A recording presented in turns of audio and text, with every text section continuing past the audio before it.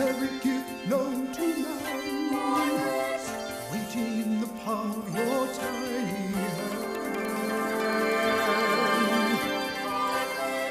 Given the chance to dream a vision that your heart has already seen. Pass the torch, one to another, carry the flame as far as you can. Pass the torch, sister to brother, the journey is yours, the journey is mine, a journey to understand.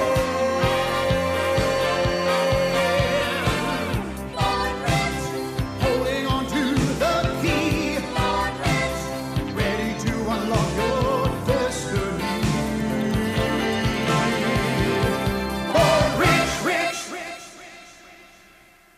World-famous athletes, astronauts, international personalities who have really made a difference in our world. You and I, we all started out exactly the same, just like that beautiful little baby that you just saw. We were born rich, rich in potential. We have deep reservoirs of talent and ability within us. You're about to embark on one of the most exciting journeys you could possibly get involved with. This program, You Were Born Rich, is the most effective personal development program in the world today. It's been designed specifically to help you realize all of your dreams, live the life that you really want to live. We're going to invite you into a live seminar so that you can experience the excitement, the high energy of actually being there. We have special guest Paul Hutsey on the program. You'll be meeting other personalities, people just like you and I, who have been involved in this program, and it's made a tremendous difference in their life. Consider this. Just like that baby, when you and I were born, we were natural-born risk-takers. We had no limitations. We were free to step out and do everything we wanted to do. Now, some of the people that you are going to see interviewed have attended this seminar, some of them a number of times, most of them at least twice. The real benefit of having this seminar on the video is that you can stop the tape at any time and go back and play it over again. You see, reading and memorizing or just watching this really is not going to do you any good. You must understand and apply the ideas. Now, the exercise book, your action planner, that's in your program is vitally important. It's probably one of the most important elements in your entire Born Rich program. It's vitally important that as I suggest you get involved in an exercise, you take it and you really get involved. Stop the tape. Think of where you are and think of where you want to go. And complete the exercise. Don't put it off. Literally wear this book out. Now, what I'd like you to do is come with me, mentally prepare yourself as we go into a live seminar. There's a seat saved just for you.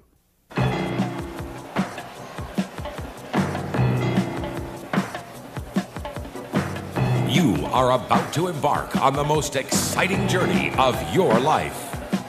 Bob Proctor Seminars proudly presents You Were Born Rich, the most dynamic personal development program of its kind in the world.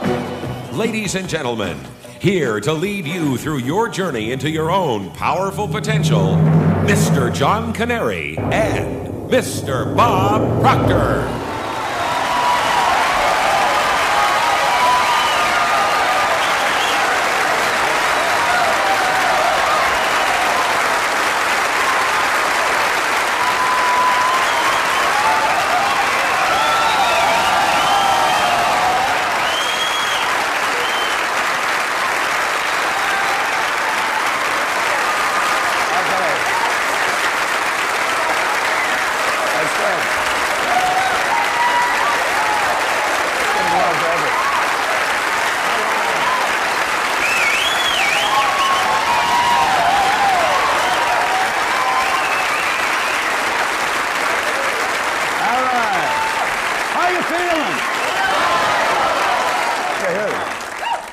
Can we do better than that, Robert? How you feeling? I'll tell you what I'm going to do, Robert.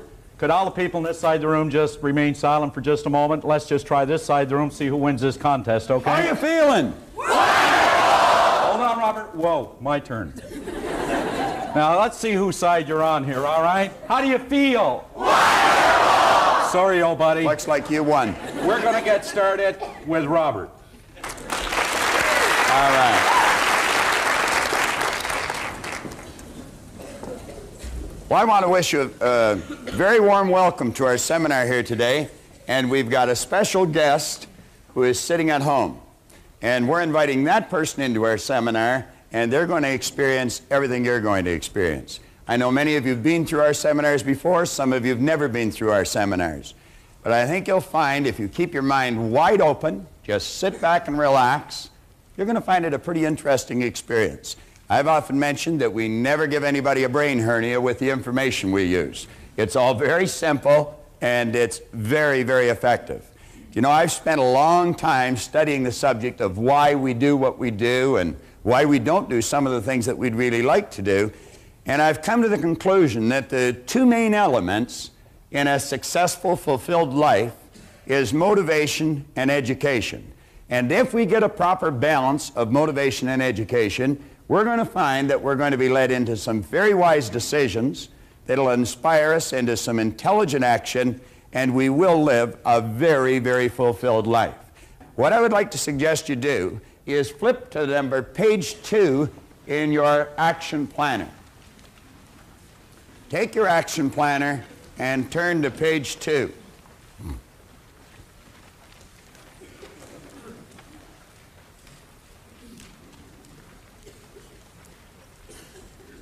You know, some time ago, John Canary gave me a little piece of literature about getting out of the comfort zone that was written by Bob Riggs in southern Florida.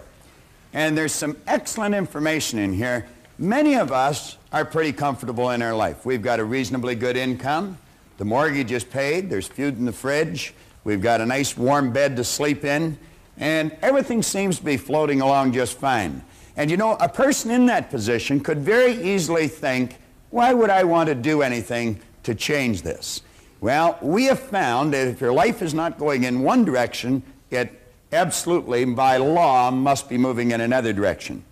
And Riggs is talking about that here. He said many of us have established a comfort zone in our lives. We're just coasting along, taking the line of least resistance, just getting by. Now, he said this is a very common and understandable attitude. We've all worked hard to get to where we are, and it may seem a very good place to be. The problem with this is that once we stop reaching, stretching, seeking, and risking, we actually stop growing. Now, Riggs goes on to say that the comfort zone frame of mind is settling for what we are today. That may be fine today, but without continued growth, and I believe this is the key line coming up, we are now all we are ever going to be. Now, for me, that would be a fairly disturbing thought. He went on to say, if you're in a comfort zone, beware. The danger of a comfort zone is that it doesn't hurt, and it might even feel good. Many take that to mean it's a good place to be, but it's not. A comfort zone may be what is holding you back from real growth, real accomplishment, and your potentially exciting and rewarding future. Now, I've mentioned if we're not going in one direction, we must by law be going in another direction. You're either creating or you're disintegrating. Whenever we hear a person say, I like it just the way it is, we know that person is advertising their ignorance of a very basic law of life, because absolutely nothing stays the way it is. Now, if you'll take a look at the top of page 2, there is a concept there by Sidney Herbert Wood, and it's the test of an educated person. I think many of us have had a false concept programmed into our mind with respect to education. We, I think, have been raised to believe that education is going to school for a certain number of years and be able to correctly answer a series of questions. But you know, many people will go to school all their life and be able to correctly answer the questions. But then when it comes to getting out into the marketplace and really making it happen, they just don't know how to compete. Many are withdrawn. They don't even feel comfortable meeting or greeting a stranger. Well, Wood said the test of an educated person is, can I entertain a new idea? Now, I think you know, and I know, that if we're going to improve, we have to have a very open mind. I once heard that an open mind was being prepared to throw away some of our most cherished beliefs when a better idea comes along. Now, you'll find that the vast majority of people seems to back into the future, dragging all of their old experience with them. When they're confronted with a new idea, they ask, does it fit? If it doesn't, then they say it's wrong. Now, what we want to do is ask ourselves, would this new idea improve the quality of my life, or would it get me going in the other direction? Can I entertain a new idea? Today and tomorrow, you're going to be asked to entertain many new ideas, but every one of the ideas that we're going to share with you are going to be positive, they're going to be creative, they're going to be constructive, and they'll definitely improve the quality of your life. Then we see the second one, can I entertain another person? Now, there's many people that would feel totally uncomfortable walking up to a stranger and just saying, hi, how are you today? Pleased to meet you, Jan. Now, do you know some people, when it comes to meeting a person, their head is down, their hand is wet, they're shaking inside, their heart is pounding, and they only do it because they really have to. They would just as soon pull away from the new person. Now, that individual has not learned very much, if anything, about themselves, because we should feel totally comfortable meeting anyone, anywhere, at any time. And then he asks, can I entertain myself? Well, you know, many people are not able to entertain themselves. I spent half my life not being able to entertain myself. I always had to be around someone else. It was always, come on, let's have a party. I absolutely hated being alone. And that was because I really didn't like myself. Now, I have found through studying the ideas that we're going to cover here over the next couple of days, we can develop into very interesting and reasoning companions. Most of the time that we live, we do spend with ourselves. And you're going to find that some of the very best conversations you ever have are going to be with yourself. I get so excited about some of mine, I talk right out loud. That draws, a strange look from people from time to time, but you get such great ideas going in your mind that you just can't help it. Now, here in the first paragraph, we say that this program, You Were Born Rich, is based on the premise that you have rich resources lying dormant within you. I have heard many people laugh when they take a look at our program or take a look at the title of the book, Born Rich. You see, they think that means that you've been born into great wealth. Some people are, but some people are not. But everyone, without exception, has been born with tremendous resources lying within them. We've got deep reservoirs of talent and ability. And through following right rules and natural laws, we're going to find that we can draw that potential to the surface and we can bring it to bear, and it will cause the manifestation of prosperity in our material world. Now, in almost all the seminars that either John or myself does, we take and we put an R here in the board. Now, what I would like to suggest you do is you let that R represent the results that you're getting in your life. Now, there's three areas that we're going to suggest that you focus on. One is happiness, one is health, and another one is material wealth. Now, when I first started to study this material, I was not happy, I was not healthy, and I definitely was not wealthy.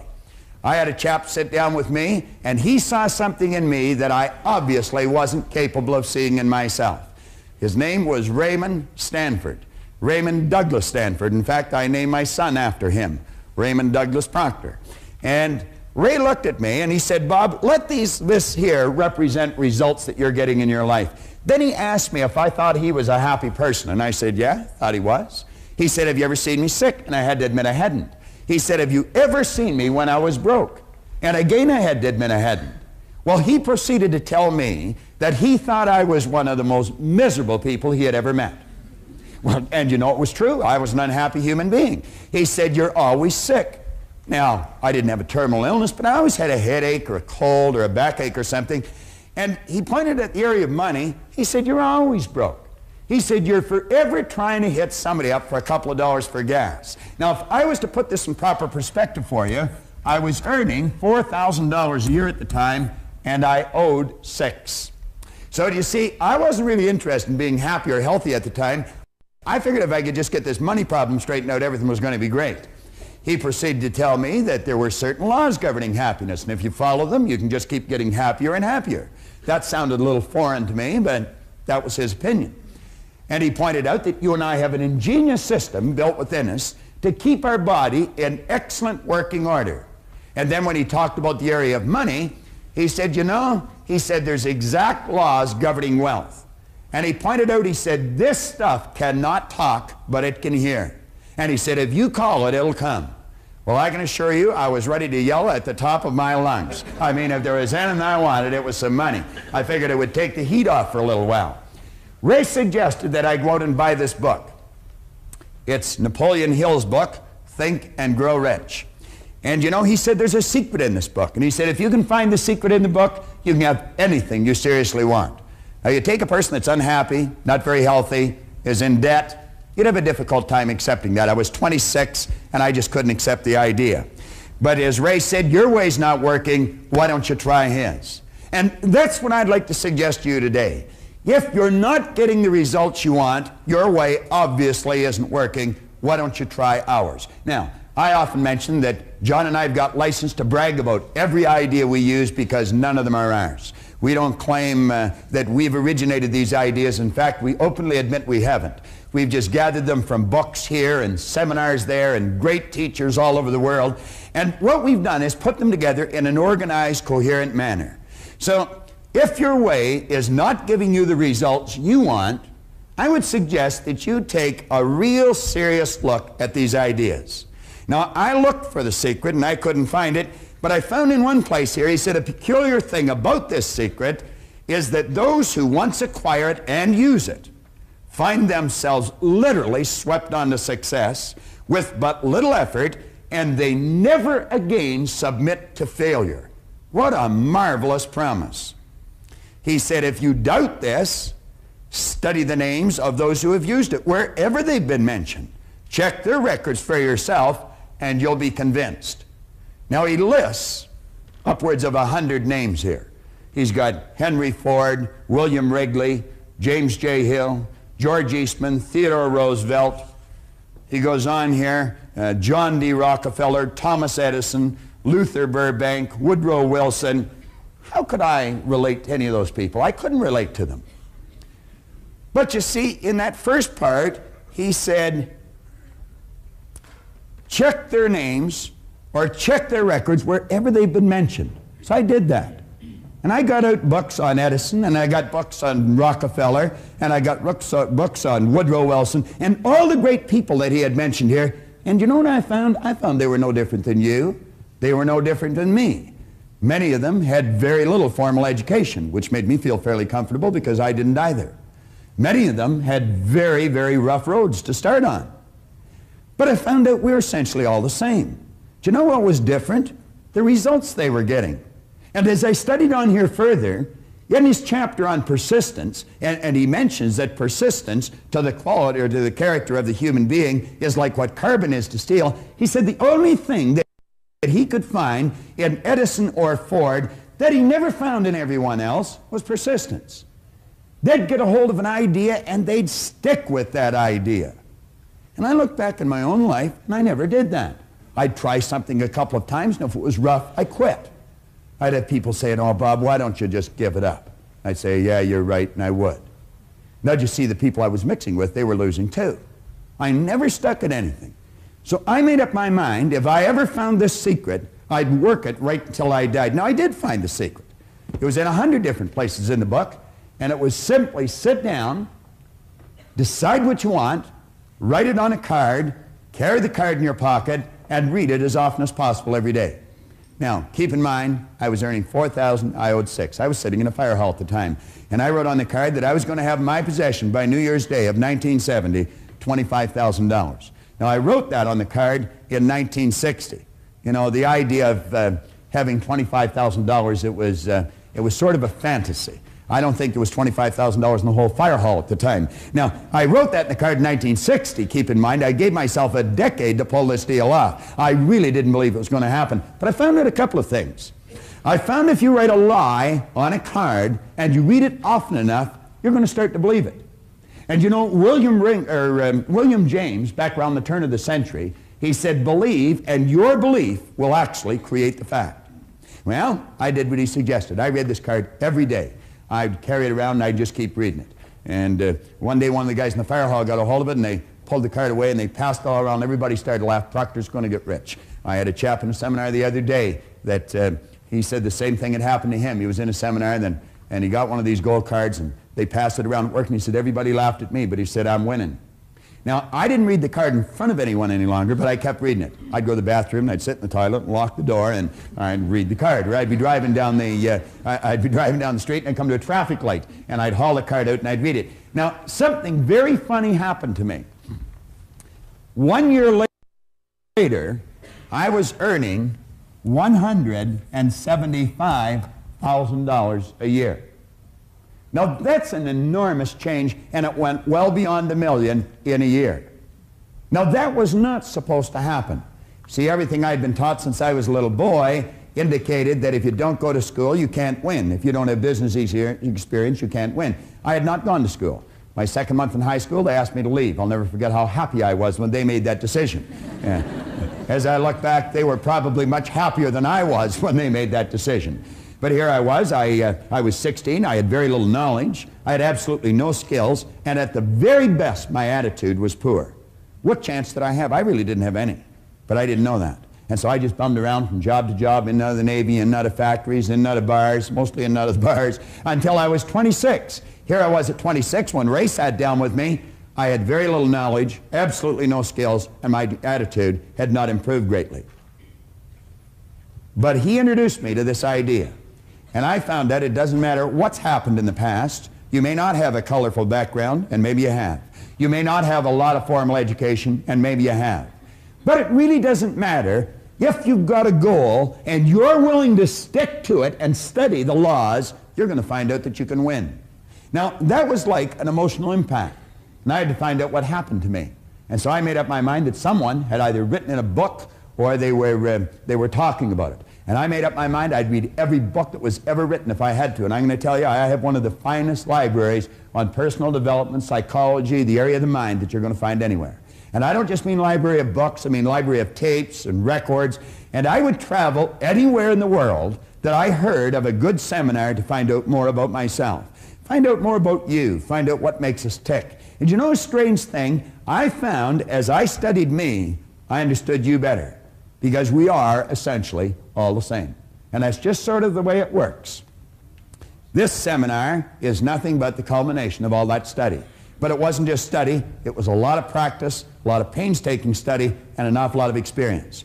And John and I have seen great changes take place in our own life, but better still, we've seen phenomenal changes take place in the lives of the thousands and countless thousands of people that have studied these seminars. We've done these seminars as far away as Takapuna, New Zealand. We've done them all over the United States, every state in the United States. And we've done them all across Canada. People in England are studying this right now. As a matter of fact, this book, Born Rich, is being read in Russia right now. That's a fair distance away from here, and it's a lot different philosophy than most people in that country are used to. Now, we point out here that material wealth is a normal and a natural state for you to live in. Intellectual comprehension, come down to the third paragraph on page 2. It's vitally important. Intellectual comprehension of this program is not difficult. In a relatively short period of time, you will be prepared to correctly answer a battery of questions about this Born Rich program. If you read it, memorize it, you could answer almost any question in it. But that doesn't mean that you're going to win. You could very quickly say, I know. Someone mentions something, you'll say, I know. I know somebody that says that all the time. Doesn't matter what you say to her. Vera says, I know. All right. Now, knowing and doing are poles apart. And I point out in 2 or 3 places in the book that reading and memorizing are not going to make you successful. It's the understanding and then the application of wise thoughts that count.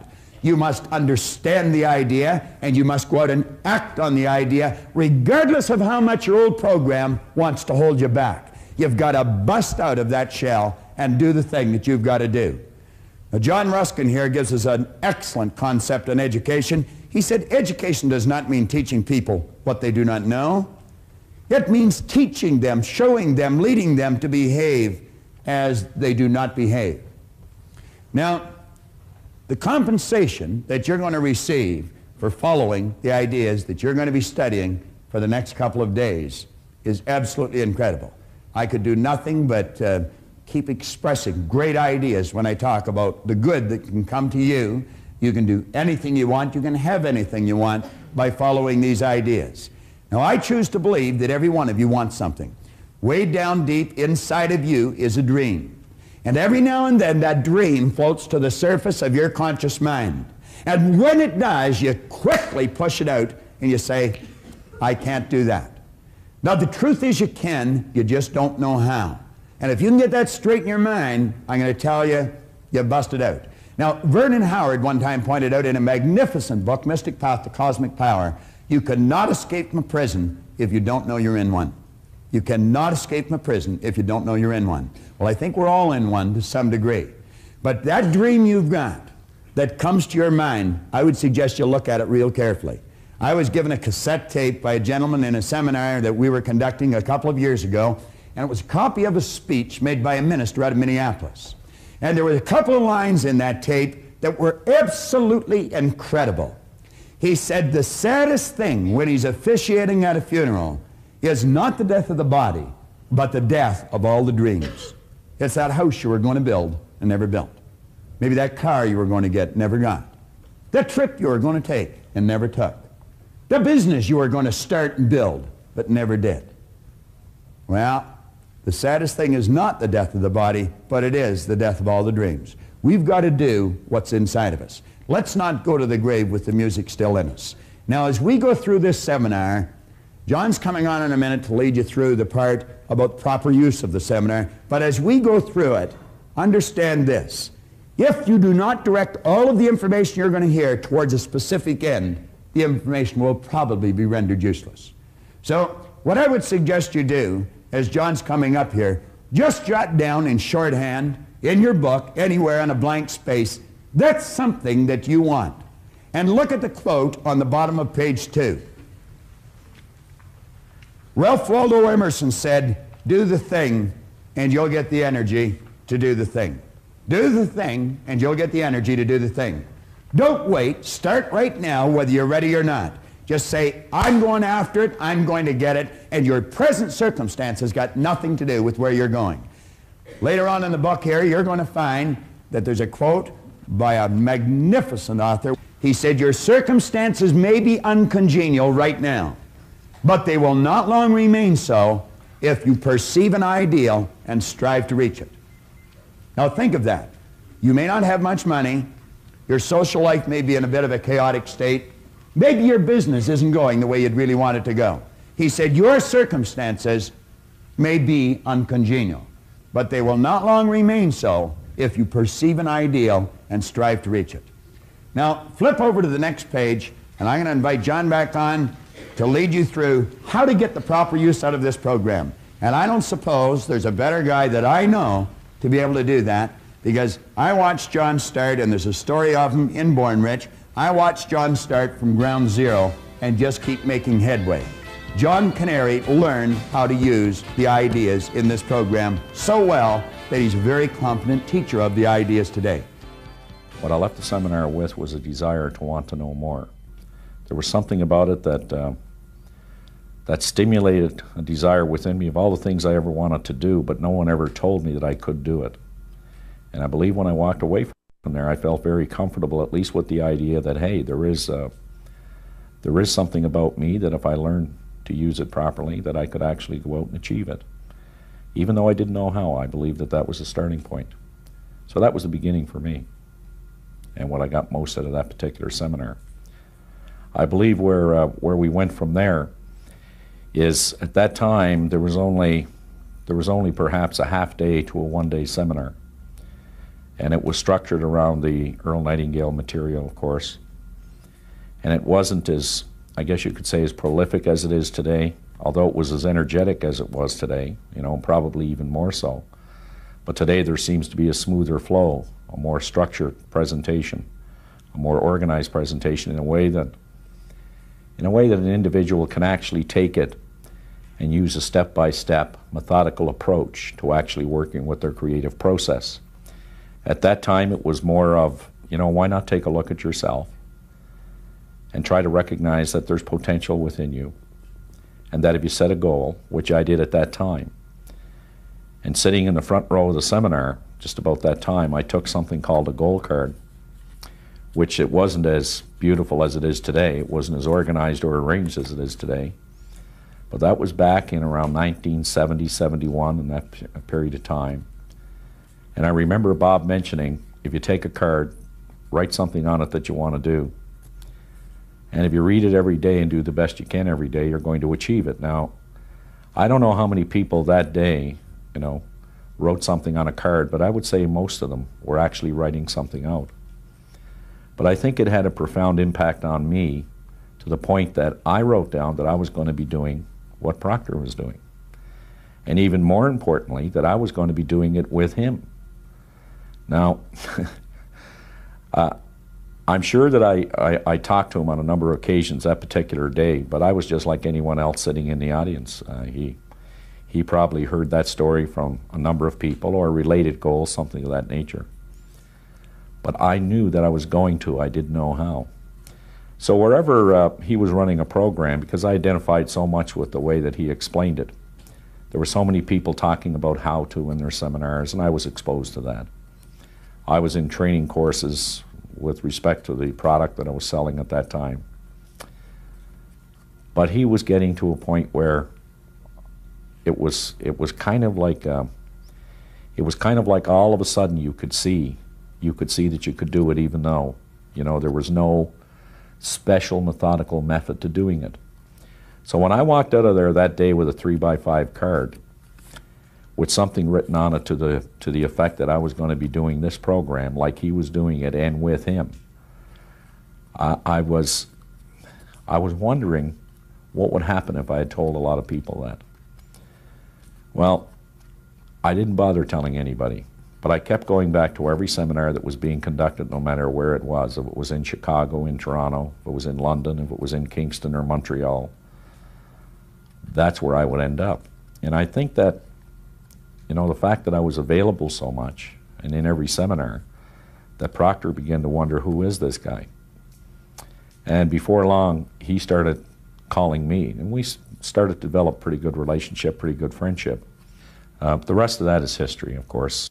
I've worked with every major company, people from every walk of life, from professional hockey teams, professional baseball teams, many major corporations, and have not regretted one day of it, as tough as it's been. So let's give John a real warm welcome as he comes on and leads you through that.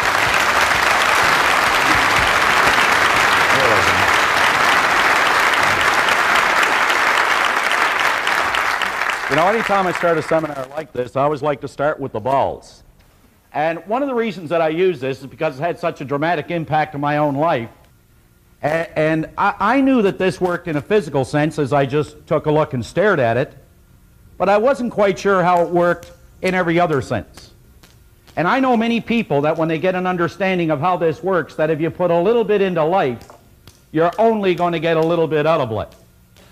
In other words, if you want to spend a lot of time complaining about what's wrong in life, that's just about the only thing you're ever going to find in your life. I like to put it another way. If you want to look at the scientific side of things, they'll say that for every action, there is an equal reaction in the opposite direction. If you want to go over to the other side to see what the theologian has to say, or the philosophers, they'll tell you exactly the same thing. They'll say that as ye sow, so shall ye reap. And then there's a way that I kind of like to use it. And it works this way. That the only thing that can flow into your life or mine, whether it be in a financial sense, whether it be in your personal life, whether it be in your family life, one thing is for certain, that the only thing that can flow into your life is based on what's flowing out of your life. I know that any time that I have this sitting at home, and some of my son's buddies will come by, he'll always take them over. They'll say, "What's this?" And he'll take it and he'll say, "Well, you see, what this means, if you put a little bit in, you get a little bit out. But if you put a whole lot in, you get a whole lot out. That's just the way it works."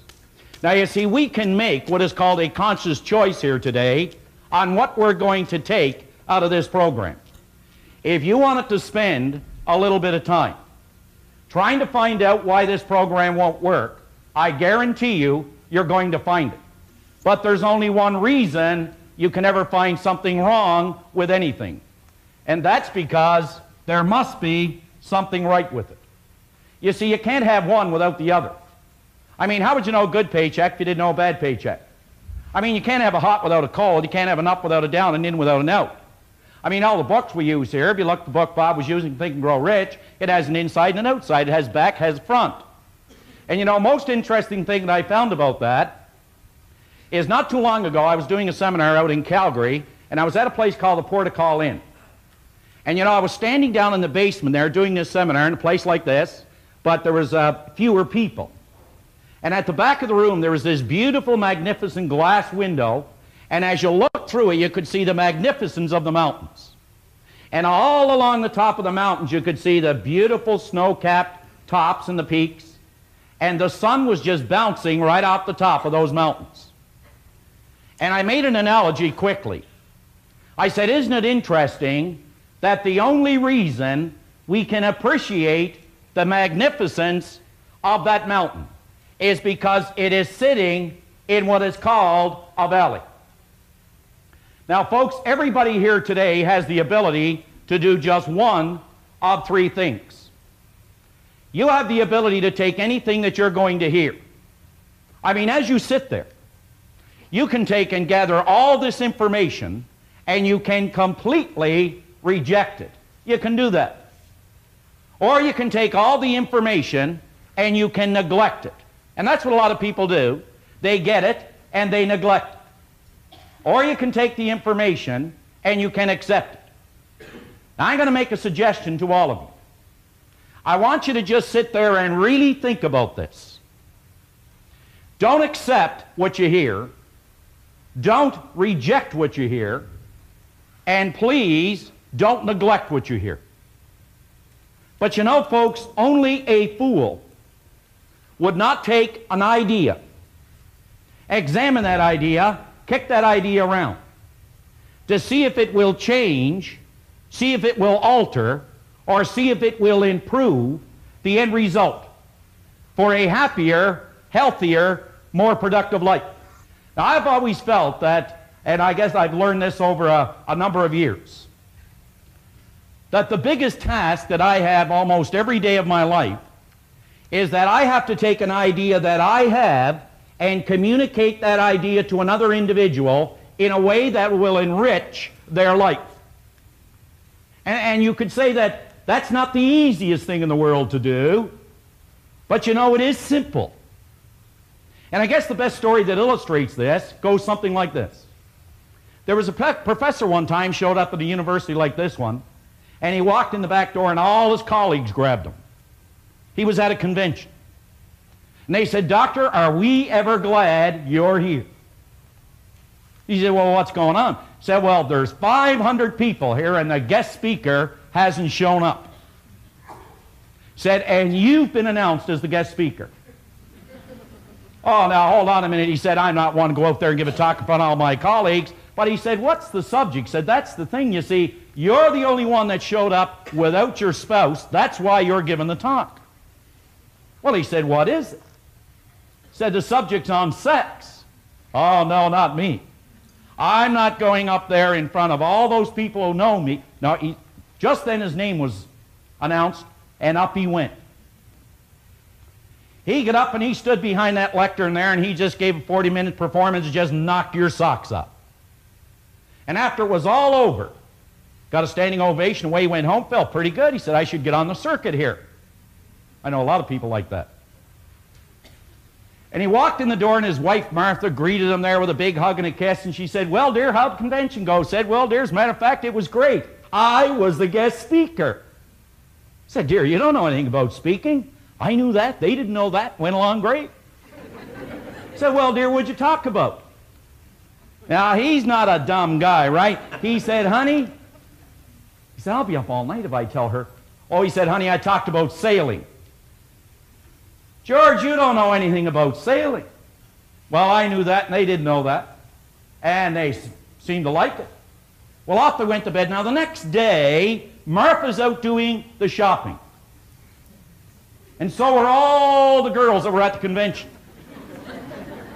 Now, just to show you how two people are talking about who they think they're talking about the same thing, but in reality, they're not. They only think they are, but they have two different ideas. And they all spotted Martha, and they ran over and they said, "Martha, we didn't know Charlie was such an authority on the subject." "Oh," she said, "girls, he isn't really, the old fool. He only did it twice." And you know what? The first time, his hat fell off, and the second time, he fell over the side. Now, there were two people who thought they were talking about the same thing. Well, the idea that we're working with here today is to take an idea we have, transfer that idea to you as an individual. But there's only one way we can do that. Is you've got to kind of let go of the resistance. You've got to hang a little bit loose because it is somewhat disturbing. Some of the information disturbs people sometimes. It really does. It actually does. It was a Bishop Sheen was giving a great talk every Sunday afternoon. And one Sunday afternoon he was giving the talk, fellow put his hand up in the air and said, "Hold a minute, Bishop, you don't believe all that jazz, do you?" "Oh," he said, "I believe it all." He said, "Come on, Bishop, you don't believe that story that Jonah was in the stomach of the whale?" "Ah," he said, "I believe it, Bishop." He said, "Come on, Bishop, not Jonah in the stomach of the whale." He said, "Come on, you're a grown man." "No," he said, "I believe it." He said, "Well, tell me, Bishop, how are you going to prove it?" Well, he said, "I'll tell you what. When I get to heaven, I'll ask him." He said, "Yeah, but Bishop, what if you don't find him there?" He said, "Then you can ask him." So you see, if you want to reject it, you want to neglect it, go ahead. I know the information works. On page 3, at the very top, the suggested use of this program, and you know, Bob mentioned earlier that I've actually taken these ideas and I've made them work. As a matter of fact, I can remember when I first picked up the information from this program, I believe it was Earl Nightingale's Lead the Field. And I was given a suggested use of how to use that program, which took 5 minutes.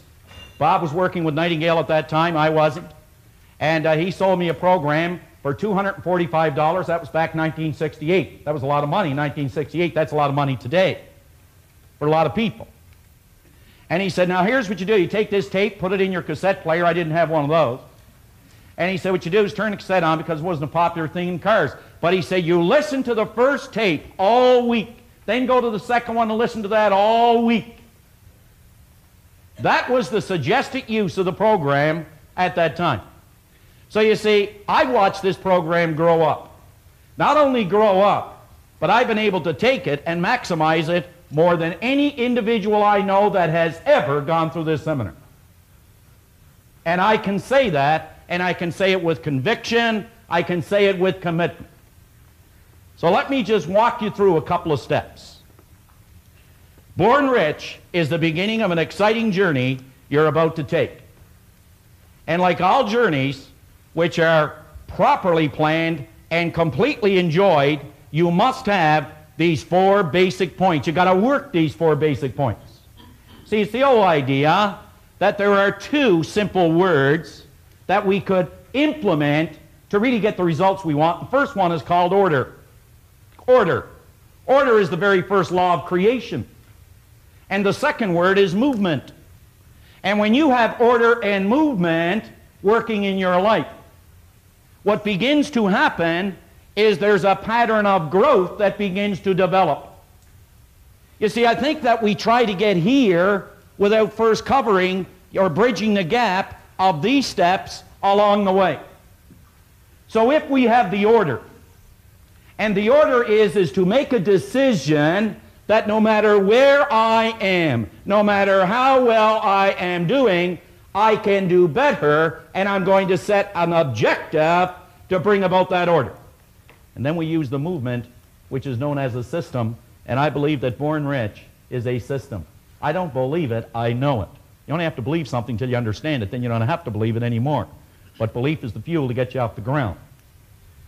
So the first step, a clear understanding of where the journey begins.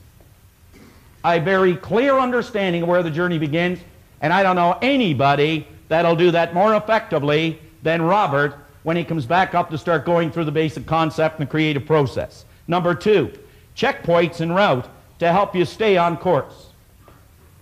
You see, I believe we know, for the most part, a lot of us what we want. And as Napoleon Hill said time and time again in this great book, he said, you must know what you want, why you want it, when you want it, and an idea on how you're going to get it. You must know what you want, you must know why you want it, you must know, he said, when you want it, and he said you must have an idea on how you're going to get it. So we need checkpoints en route to help us stay on course. Number 3, a clear understanding of your destination. I believe one of the greatest definitions that I've ever heard of success in my life is that success is not a destination, never has been, but it is something called a journey. It has always been what is called a journey. It is not something you get, it is something you're becoming. It never ends. It's infinite in terms of growth. And number 4, a commitment. You know, I've spent a lot of time studying, as everyone else, books such as In Search of Excellence, In Pursuit of Excellence. I know when I look at Paul Hutsey, I think a lot about excellence. And you know, excellence is perhaps one of the most important words in your life. But one of the reasons for that is because Paul knew about excellence 20 years ago. His company, they published something called In Search of Excellence and The Pursuit of Excellence. But what does the word mean? I hear people say excellence in this, excellence in that. What does the word mean to you? Well, I'm going to tell you what the word really means. It means a commitment to completion. Folks, you never ever want to forget that. Excellence is simply a commitment to completion. The steps are not easy, but the understanding of the steps are easy. If you remember, it's a commitment to completion. That means completing the things around home. It means completing the things at your work. It means completing the commitments in your personal life. It's a commitment to completion. You will agree a person would be very foolish to tell themselves they are presently in Atlanta, Georgia, and their destination is Dallas. If in fact they were actually in Calgary, Alberta, with Dallas, Texas as their destination. Do you know how many people that are trying to set a goal, they don't know where they're at, consequently they don't know how to get there? Unbelievable as this may seem, this is the classical error millions of people make philosophically with their lives. They are not completely honest with themselves when it comes to recognizing where they presently are. Where they presently are. Honest answers to every question and serious consideration to every exercise and suggestion will clearly indicate 3 points. And this is what this program is about, is these 3 points. Where your journey begins. That's number 1. Number 2, the mental adjustments that must be made. The mental adjustments that must be made. Let me give you an example. Anytime working with a young person, I just love working with young people. They only have to understand what a mental adjustment is, and they'll make it quicker than you and I. Are you aware that your kids, they only have to what is called make up their mind. You and I have to change our mind. We can teach them how to make a mental adjustment, and here is the major mental adjustment that all of us have to make. Simple one. You must regard all adversity. You must regard all circumstance, all conditions in your life. If you could look at it as though it were an investment in which you can attract and learn more about growth in your life. It's an investment only. What a difference we'd find in everything that we do. And number 3, approximate time it will take to complete the journey. The approximate time it will take to complete the journey. Now, before you become immersed in your Born Rich program, form the attitude that this program has been prepared especially for you. This is for you. This is not for me. This is not for me only. It's not for Bob. It's for you. Especially prepared for you. Imagine that the author, that the speaker is a clear, personal friend whom you have chosen as your mentor. I wonder how many of us have a mentor. I always say when a program ends, it's the beginning. It really is. It says, make a commitment to yourself that you will follow every instruction necessary to alter, and you're going to hear this word so often, to alter your old conditioning. Now I want you to think, what is old conditioning? Do you know, any time that you get these buried pain remembrances, these nagging little things that grab us when we're trying to do something, or that tell us we can't do it, why we can't do it, and all these things that are just kind of like grabbing at us, these doubts and worries, that's your conditioning. You know, I'd give anything if a person would just grab hold of one idea, this one simple idea. Any time that you get feedback telling you why you can't do something, if only, folks, you could remember it's not a reflection of your potential or you as a person, but it is a reflection of your conditioning. I'd give anything for a person just to understand that. When you get that old feeling that you can't do something, you can only remember it's a reflection of your conditioning and not a reflection of your potential. Now I want you to think about this. Everybody is familiar with the great Bruce Lee, perhaps the greatest martial artist that ever lived. And you know, he was also a great teacher. And very often they'd come to him and they'd say, could you tell us, Master, how we could be a great martial artist like you? Now he would take them out into a little gym and he would go through some of his moves. And what he was doing is he was trying to find out where they are. Because he said most people had the wrong information about martial arts. Just like many people have the wrong information about this word, success. This word success, this progressive realization of a worthy ideal. And after he'd take them through the little exam, he would sit down at a table, he'd put them on one end. He'd sit on the other end. And he'd put in front of them a glass of Coke.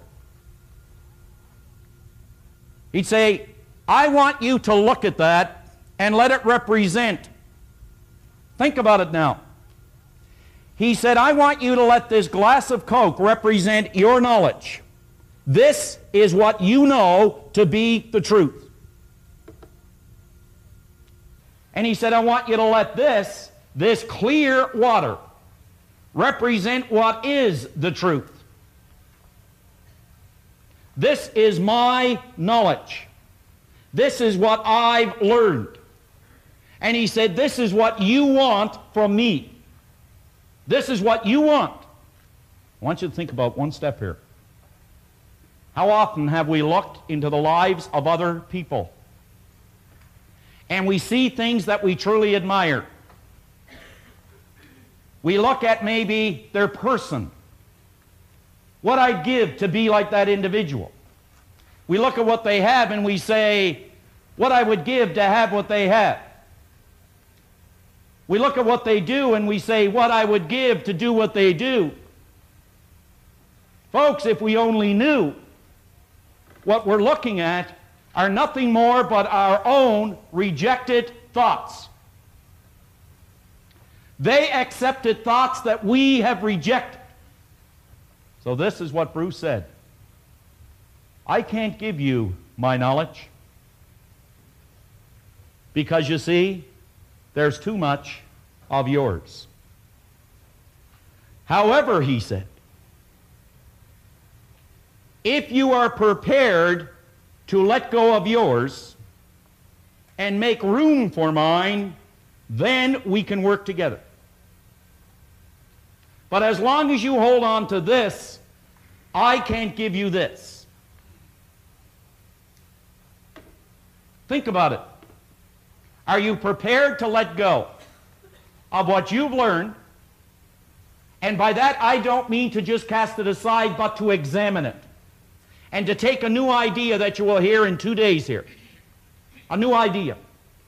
And to examine that idea, entertain that idea, to see if it will change, alter, and or improve the end result for a happier, healthier, more prosperous life. If you're prepared to do that, this program will really, really work for you. Will really work for you. Would you go back to the book with me, please? Second last paragraph. Rather than merely listening to the messages, questions and exercises, think. Think deep, penetrating thoughts. Ask yourself, what does this mean to me? How can I apply this idea to my life? Remember, not how can I apply it to someone else's life. How can I apply this idea to personal growth and development in my life? Because the simple basic laws of life are create or disintegrate. We're either moving forward or we're going backwards. And the last paragraph, set aside a definite period of time every day, weekends and holidays included, for the proper use of your Born Rich program. In other words, make a decision. See, folks, we don't have as many problems as we have decisions to make. By that, I'm not asking or suggesting that you should discount your problems. I would never suggest that. But you know, I am suggesting that you have the talent, the ability, the potential to handle and to deal with your problems. So do we have as many problems as we have decisions to make?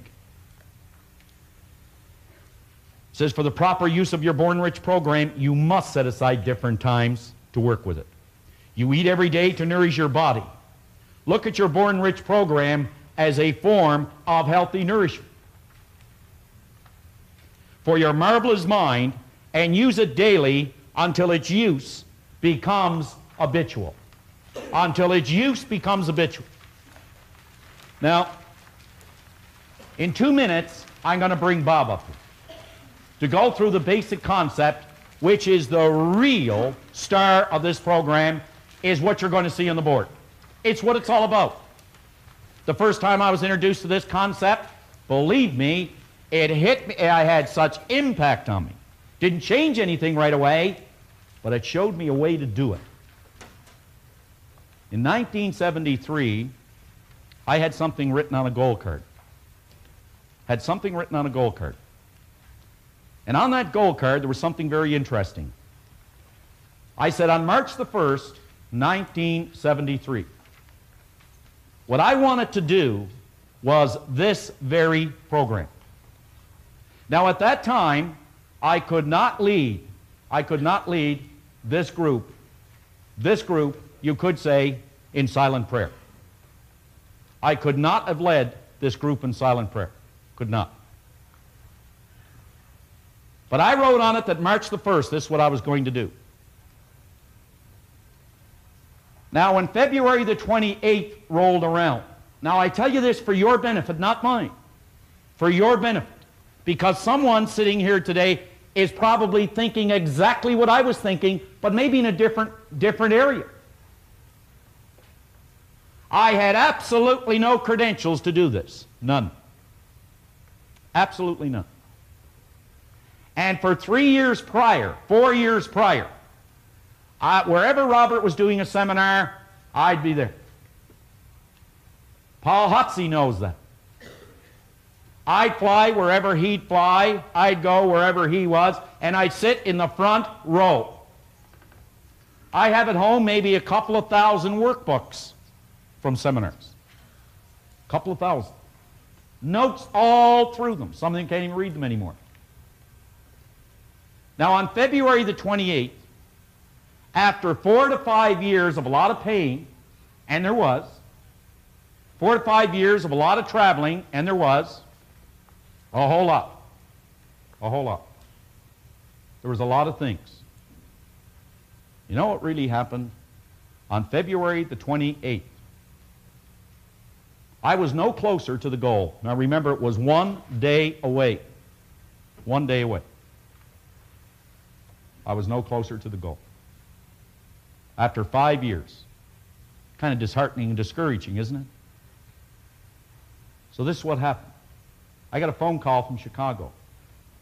It was Robert on February the 28th, 1973. And he said, John, I got some bad news for you. I can't get to Toronto. Chicago is closed. He said, you're going to have to do the seminar in the morning. Now here it was, it's what I always wanted to do, and the first thing that hit me was fear, panic. And I remember giving him a gold card, and he said, you obviously had something to do with the Chicago airport closing. But to the day, it worked.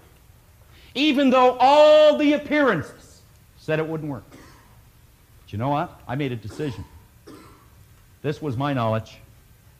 This was his. I had to get rid of mine to get his. That's what you're going to have to do.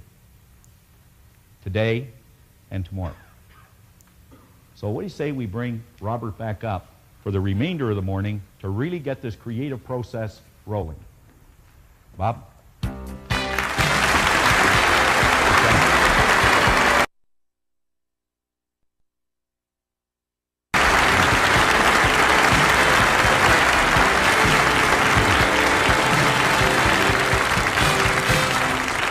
Thank you, John. I want to suggest now that you really put on your thinking hat. I have a paper here that was written by a gentleman who has since passed away. He was a great Canadian. His name was Dr. Lawrence Rampell.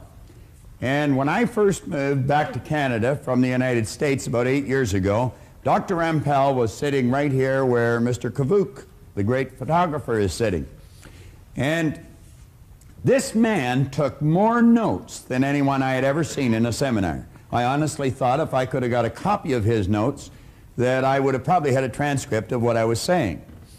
Now, I made up my mind I'd get to know him after the seminar was over. I wanted to know why he wanted to have all this written. And he introduced himself as Dr. Rampell. I asked him if he was a medical doctor. He said no. And I said, are you a dentist? He said no. And I said, are you a chiropractor? He said no. I said, you want to play 20 questions? And he laughed, you know. And he said no, he had a doctorate's degree in thinking. Now, do you know, he had the only doctorate's degree in thinking that had ever, up till that time, come out of the University of Toronto. It took him 11 years to get it. Every time he went to go down a road, somebody put a block up in front of him and say, no one has a doctorate's degree in thinking. Now, that's rather odd, especially when you consider that thinking is the highest function of which a human being is capable, and all the great leaders, all down through history, have been in complete and unanimous agreement that you and I become what we think about. Now, play with that for a moment. It's a subject that is not taught in school. It's the highest function of which we're capable. And every great leader that has ever lived all told us that you and I become what we think about most of the time. Dr. Rampell wrote a paper, Tools for Teaching Thinking. He said thinking is a skill which can be learned just as we learn skills such as typing and playing the piano. Now, he said few public schools offer courses devoted expressly to teaching thinking. Rather, we are expected to learn and teach thinking as a byproduct of learning mathematics, reading, science, history, trade, and so forth. And he said we do, in fact, learn a lot about thinking in this way. The trouble is, we learn our thinking skills in bits and pieces, and we never put it together as an overall picture. If asked to describe what all is required in order to think effectively, most people would be at a loss to give a complete account. Thus, we are unable to assess our own thinking skills or systematically teach the skill of thinking to others. Now, consider this for a moment. When you think in pictures. Check it out. I'm going to suggest that you think of the home you live in, and as you do, realize that an image of your home comes onto the screen of your mind. It's almost as if there's a screen running right through the center of our head, and the second we think of our home, the picture of the home comes onto the screen of our mind. Now I want to suggest that you think of your automobile. And the second you think of your automobile, the picture of the home is gone and the picture of the automobile is there. Think of your kitchen, your backyard. Think of where you work or go to school. And bang, bang, bang, just like that, the picture changes. We literally think in pictures. Now I'm going to suggest that you think of your mind. Now when most people think of their mind, they get an image of the brain. How many thought of the brain? Quite a few hands going up. And yet you know the brain is not the mind any more than the fingernail is. And paradoxically, the fingernail and the brain is the mind.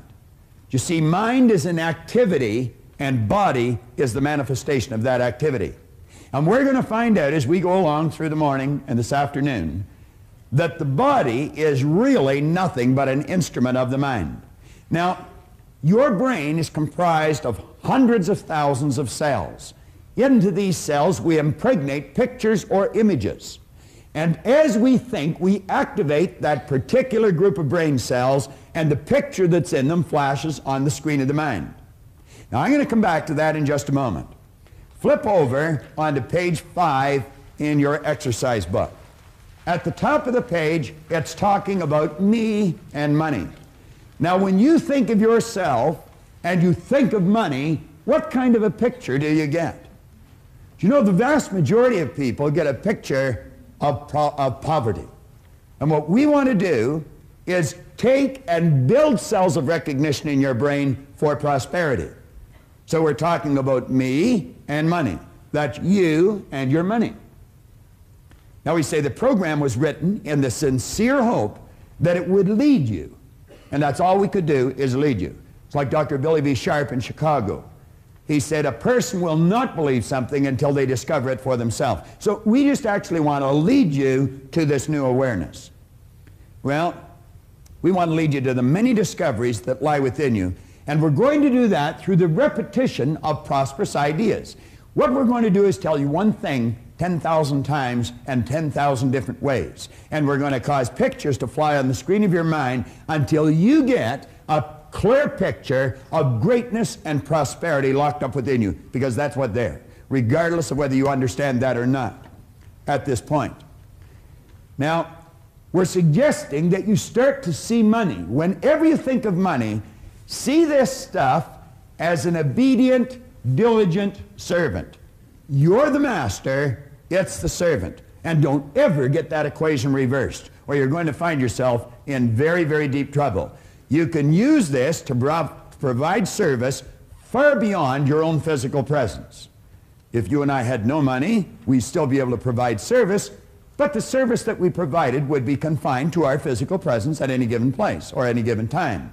However, if we had some money, we could provide that service far beyond our own physical presence. So let's make certain that we get that programmed into those cells properly. Now you come down a little further, we're going to say here that lack and limitation can only exist when we make room for them in our mind. But prosperity consciousness knows no lack and it knows no limitation. Now, I want to suggest that you resolve to just completely take the lid off your marvelous mind. Just blow it away. And let the greatness start to flow around in there. Now, flip over to the next page. When we start thinking about money, and we start thinking about ourselves, as I suggested, we get images on the screen of our mind. Now, on page 6, we say throughout your entire Born Rich seminar, your attention is directed at the importance of your mind. The type of thoughts and ideas which occupy your consciousness are of paramount importance in developing prosperity in your life. Your mind is either in an orderly or a confused state. Order must prevail. John mentioned that a little earlier. Order and movement are what's necessary. Well, we start with the order. So we say order must prevail in your mind if you ever hope to see it manifest in your material world. Now, you want order in your material world. That means meaningful relationships. That means prosperity and growth in our business. It could mean all kinds of things that are good, but they all have to start in here. Everything starts in our mind. Well, if we're going to have order in our mind, we must have an image of our mind, and most people don't have.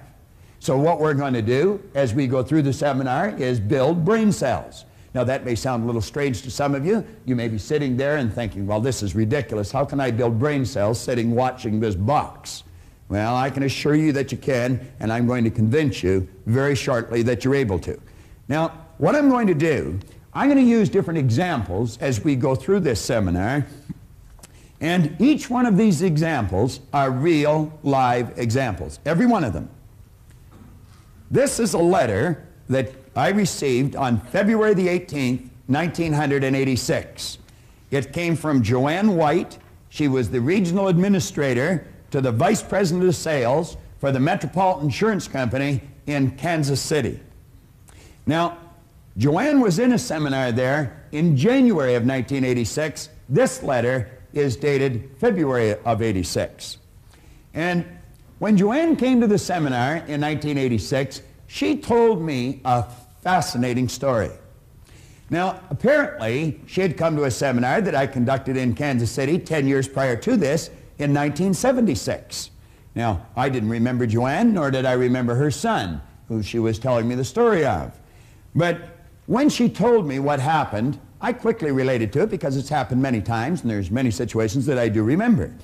Apparently, we had been doing seminars right across the country for the Metropolitan Life Insurance Company, and a friend of hers in another area had been talking to her on the phone, who also worked for the same company, and this friend told her, if this seminar ever comes to Kansas City, make sure you go and take your son.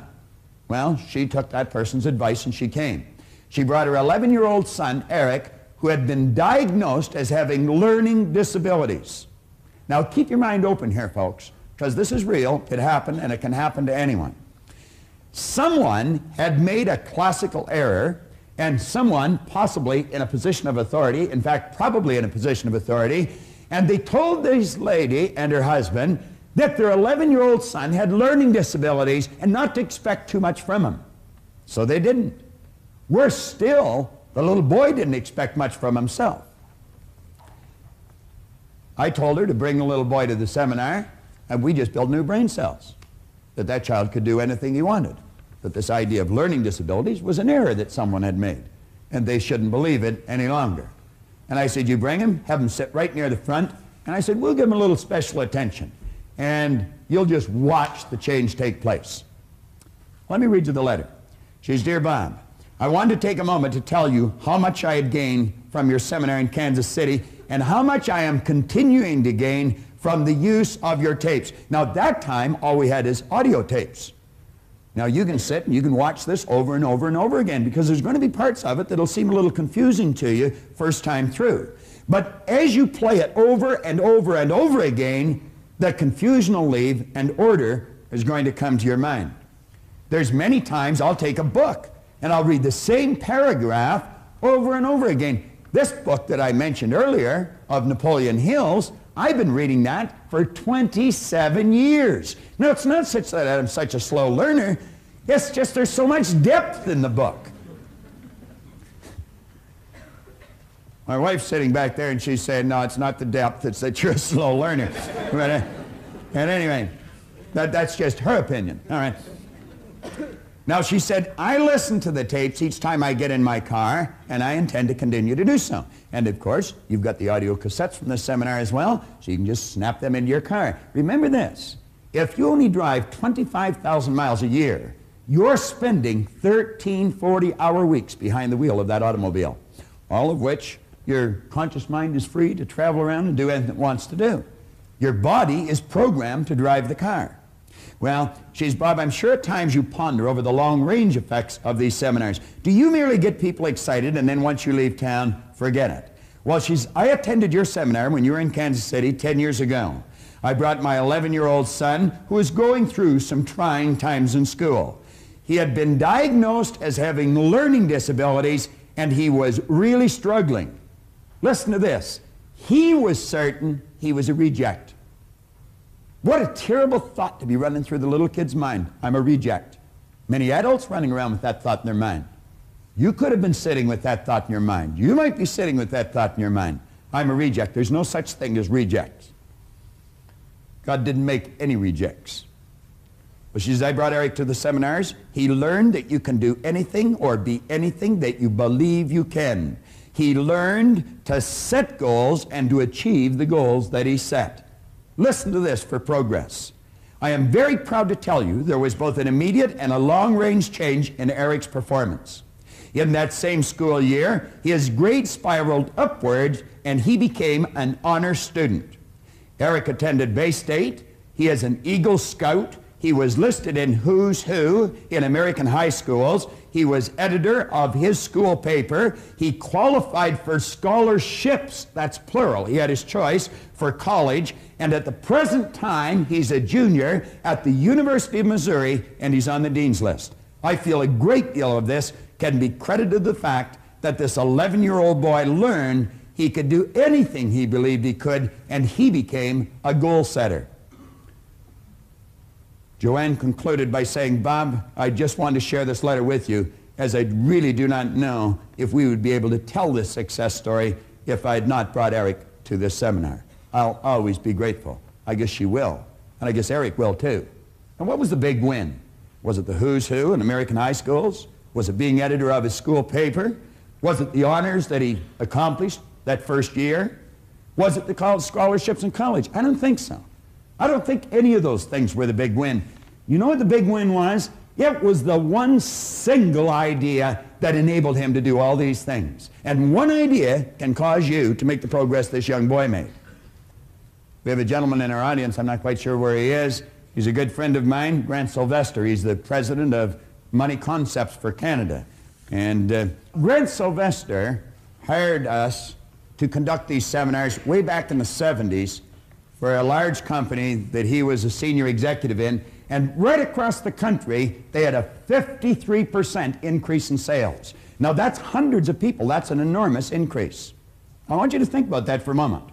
Here's an idea that gave this little boy honors in schools, gave Grant's company a 50% increase in sales. So you see, I don't really care what you do. It doesn't matter what you're doing. It's you that counts, and the more you understand you, the better your results you're going to get. Now, I'm going to run through a very quick idea, and it's very simple. Don't let the simplicity of this idea deceive you. What we're going to do is run through a concept and explain just how brain cells are built. Now, I'm going to ask someone from the audience. Nino, you're a good friend. Come on up to the front here for a moment.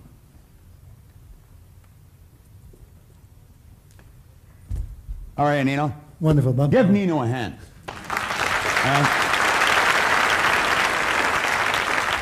And if you're sitting in your office or sitting at home, I want you to meet one of the best managers I know.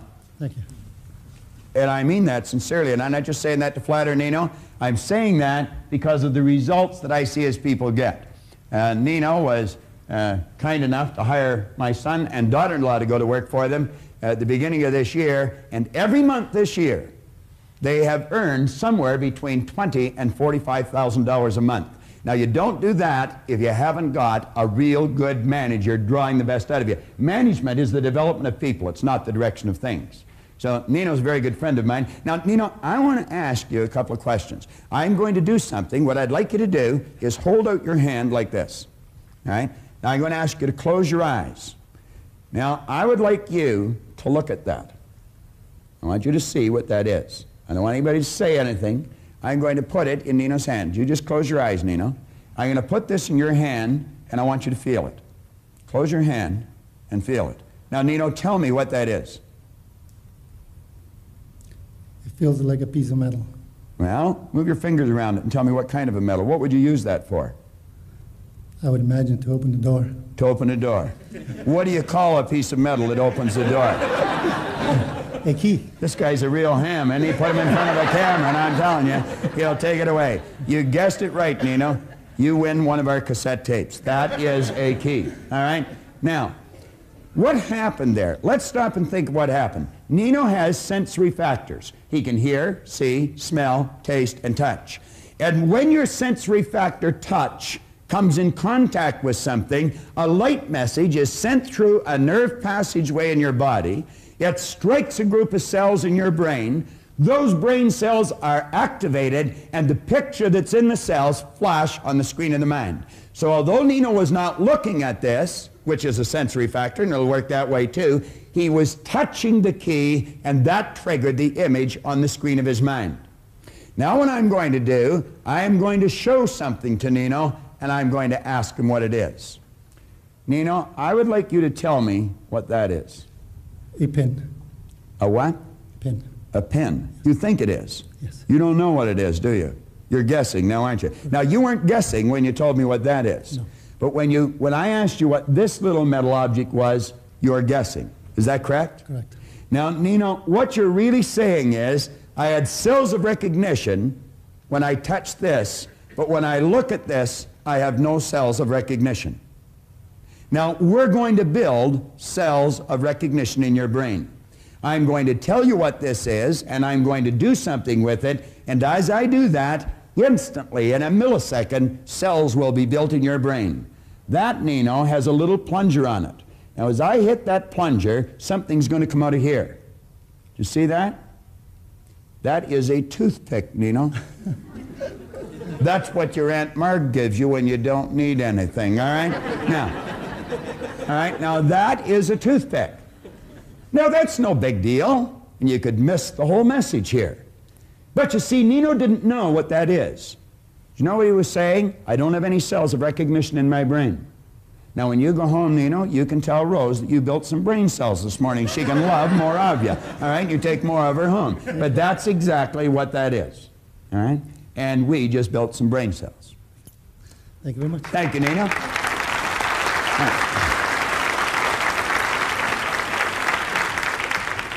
Nino Spazzeri is, without question, one of the greatest real estate sales managers I've ever met. And you know, I told Brian something, and I'm going to tell you something. Whenever you go to do something, make certain that the people you surround yourself with are very successful. Carl Menninger one point in time pointed out that environment is more important than heredity. In other words, the people you find yourself surrounded by are more important to your success, your well-being, than what's built right into your genes at birth. And I suggested Brian go and see Nino. I told Leslie, go see Nino, go to work for the man and listen to him and do what he tells you. And he'll draw the best out of you. And that's exactly what he's doing. Now, we're going to build some brain cells with respect to the mind. All right? And as we build these brain cells with respect to the mind, we're going to build a picture of our mind right in here. And then as we get that picture in here, we can start making headway and making some of the adjustments that John talked about in the proper use of the program. The points we just covered were simple, but vitally important. And one of the most important points of all was the fact that you and I must have an image of our mind. Without an image, we have confusion. So that's very, very important.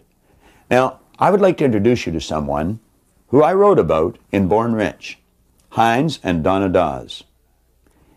They came to the seminar, and their circumstance was doom and gloom. We had bought this house in July of 1975 after being expropriated for the Pickering Airport fiasco north of the city. And almost every evening I would come home and I would be extremely negative, started to take out my frustrations on Donna because the mortgage payments and everything else was more than what we expected. And after you buy a home, you have to buy curtains and things like that. From 7:30, I believe, until 10:30 at night, I would probably say during those 3 hours my life changed totally. Because from an almost decision to having to sell this house to 3 hours later to having a target of having a Cadillac paid for in 3 weeks, that is a tremendous change. An important point here is that Heinz Dawes had been an insurance agent for 15 years. He had great information. He had heard many motivational speakers, but he was still at the financial point where he was going to have to sell his house. Heinz's problem was confusion. He did not have an image of his mind, and that's what made the difference. Unfortunately, a lot of those, if you want to call them motivational speakers, are geared on a very narrow, specific point. And yes, it may give you an immediate shot of adrenaline, but very quickly wears down, because you are not given the understanding of how it works. If I know how something works, as opposed to simply being told blindly as to how to do it, I have a different understanding. So that was the difference? Yes, the very easy, understandable way that Bob explains how the mind works, how you control the mind with your thoughts, and how the results are obtained. I got my Cadillac in 22 days after I made that promise to myself. Now I'd like you to come with me, and just the same as we were able to help Heinz and Donna and millions of others, I want to help you. Watch closely, and we will create an image of your mind that you can work with for the rest of this program, for the rest of your life. We were talking about building brain cells and developing an image and placing it in these cells for our mind. So what we will have then are cells of recognition. When we think of our mind, rather than drawing a blank or drawing on a picture of the brain, we actually have a workable image that we can start to use. Now, before we do that, let me mention something here about a gentleman I heard speak way back in the early 70s. I was fortunate enough to be on a program in Chicago at a Human Resource Congress with a gentleman named Frank Goebel. Frank Goebel had been an aerospace engineer. He was the president of an aerospace company. And one day he was working on his budget, and he realized that 65 cents out of every dollar revenue coming into that company was going back out of the company again to employees for either salaries or benefits. And he suddenly realized he knew virtually nothing about people. Here he was spending 65% of all the revenue on something he knew virtually nothing about. He said, I knew an awful lot about engineering, and I knew a fair amount about aerospace, but I knew very little about people. And so he said that he decided he would study some psychology, and fortunately for him, he ended up collaborating with Abraham Maslow. Now, Maslow made a breakthrough, the like of which is maybe only made every few thousand years. He had come to the conclusion that you and I have infinite potential. He's written a paper. He left aerospace engineering, and he went on to start the Thomas Jefferson Research Center out in Pasadena. In a paper called The Productive Person, Goebel wrote, by nature, you and I are alike. By practice, we get wide apart. There's the difference in our results again. Now, he said the difference between the most dissimilar characters, between the real achievers and the non-achievers, for example, seems to arise not so much from nature as from habit, custom, and education. He went on to quote William James, who concluded that we use a very small part of our real potential. And James said that most people live, whether physically, intellectually, or morally, in a very restricted circle of our potential being. We make use of a very small portion of our possible consciousness and of our soul's resources in general. Much like the person who out of their entire bodily organism would get into the habit of using and moving only their little finger. I want you to think for a moment, if you had a child and that child was laying perfectly still in its crib, and the only part of its body it was ever able to move was its little finger, I'm quite certain that you would probably beg, you would borrow, and if you had to, you would steal to find out what's wrong with that child. But isn't it strange that a human being can stop growing mentally at a very early age and it can be virtually ignored? This is, without question, one of the most important subjects we can go to. I want to refer back to something Napoleon Hill wrote again that caught my attention when I first read the book. He pointed out in here, somewhere in your makeup, there lies sleeping the seed of achievement, which, if aroused and put into action, will carry you to heights such as you may have never hoped to attain. Do you know, as I think of this and as I read it now, I'm doing things today that 27 years ago, if anyone had suggested, I would have thought they were hallucinating. I take a look at my paycheck today. It's so completely different than it was when I first started to study this. In fact, the same people that used to pay me $4,000 a year are now paying me $4,000 an hour. And the only thing that's really changed is what's going on inside. Everything was already there. It's just a matter of learning how to use it. Now, he said, just as a master musician may cause the most beautiful strains of music to pour forth from the strings of a violin, so may you arouse the genius which lies asleep in your brain and cause it to drive you upwards towards any goal you may wish to achieve. Now, I'm going to put a couple of marks on the board, and I want you to really think seriously about this. You know, human organizations, as we know them today, are not going to last much longer. And that is because we have built them on a false premise. These organizations have been built on the premise that you and I are physical beings, and we're really not. We are spiritual beings living in physical bodies. And we've been gifted with something called an intellect. And by learning to use the intellectual factors in our personality, we can tap into the higher side of our own nature and improve anything in our physical world.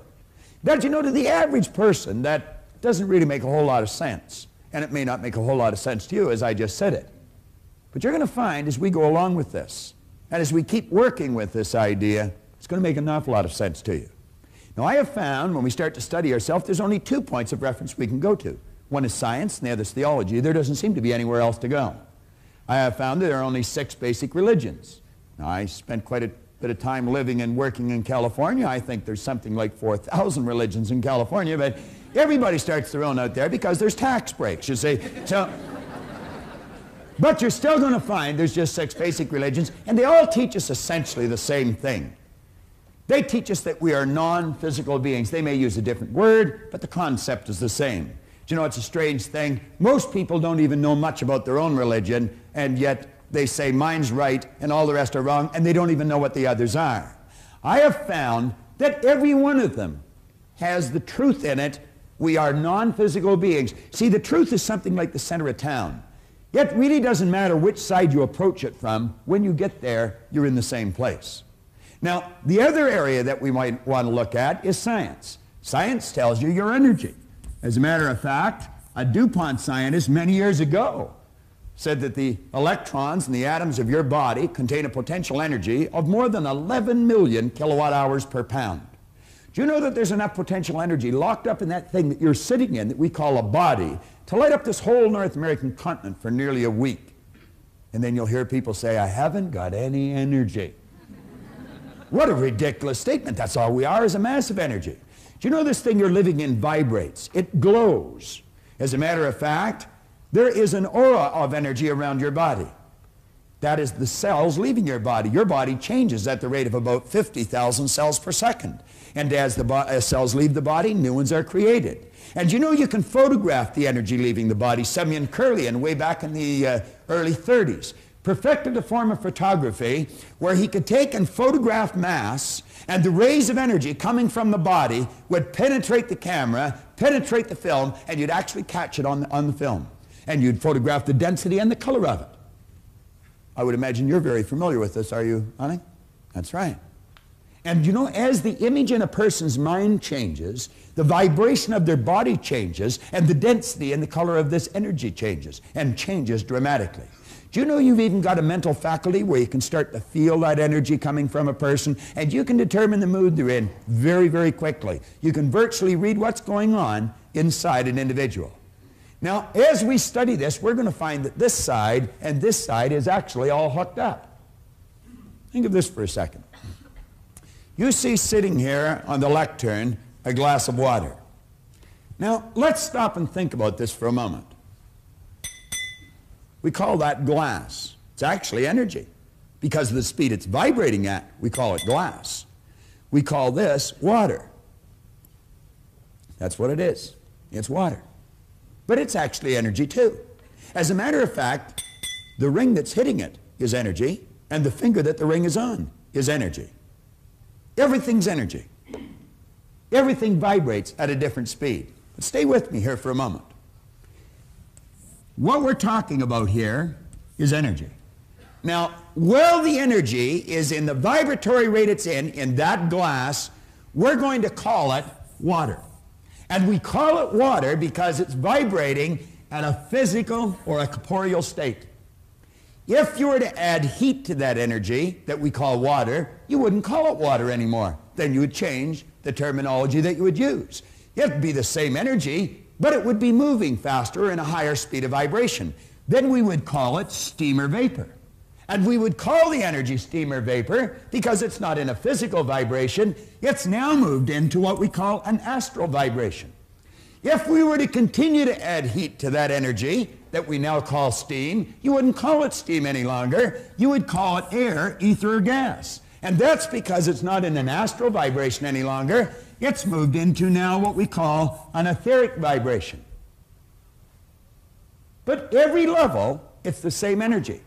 Now, as we take a look at this, we're going to let these lines represent levels of vibration, or, as we more commonly refer to them, as frequencies. And you know, each frequency is hooked up to the one above and the one below. There's no line of demarcation where one stops and the other starts. See, every frequency, it's like the colors of a rainbow. As they fit together, there's no place where one color stops and the other starts. They're all joined together. Now, you're never going to see that with something you call sight. Sight is a physical sensory factor.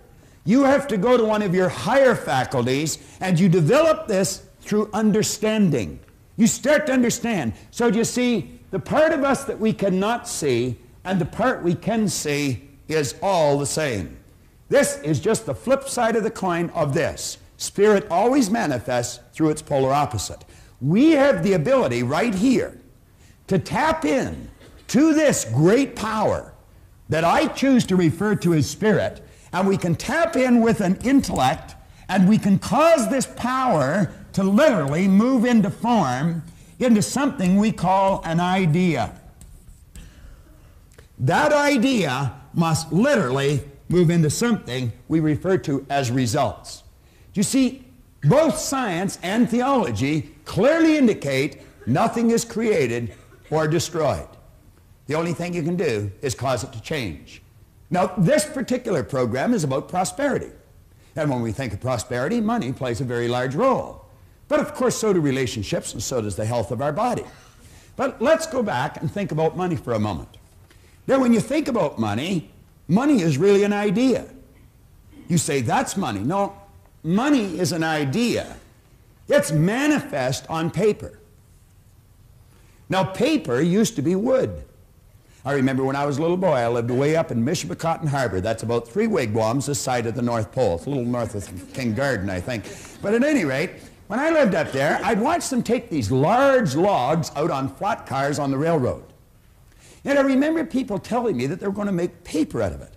I thought, how do you make paper out of a tree? It didn't seem to make sense. Well, you alter the vibratory rate of the energy that's called wood, and pretty soon it's called paper. And then you put ink on it, and now we call it money. Now let's think about this money for a moment. If it can be neither created nor destroyed, it must already be here. If we can't destroy it, if heat will cause the energy that we call water to move into an etheric state. I would imagine heat would cause what we call money to move into an etheric state. And there it goes. Now where is it? You say it's gone. It's not gone. Still here. You see, you'll never see it on the level it's on now with your physical sensory factor sight. But if you use your intellect and develop understanding, you'll know that it's still here. What we want to do is cause it to move into form. Now that's just about as bizarre as anything you'll ever hear to some people's ears. But I'm going to tell you, it's just as true as anything you'll ever hear if you understand natural laws. And what I'm talking about is moving your mind into a higher vibration, developing a higher consciousness, and you can literally attract all the good that you want. You see, money is literally attracted to us, or it's repelled. Now, in the first 27 years of my life, I can assure you that I was not magnetized to that green energy. It used to stay away from me, and now it just keeps coming to me. What did he say in this book? Right in the start of it.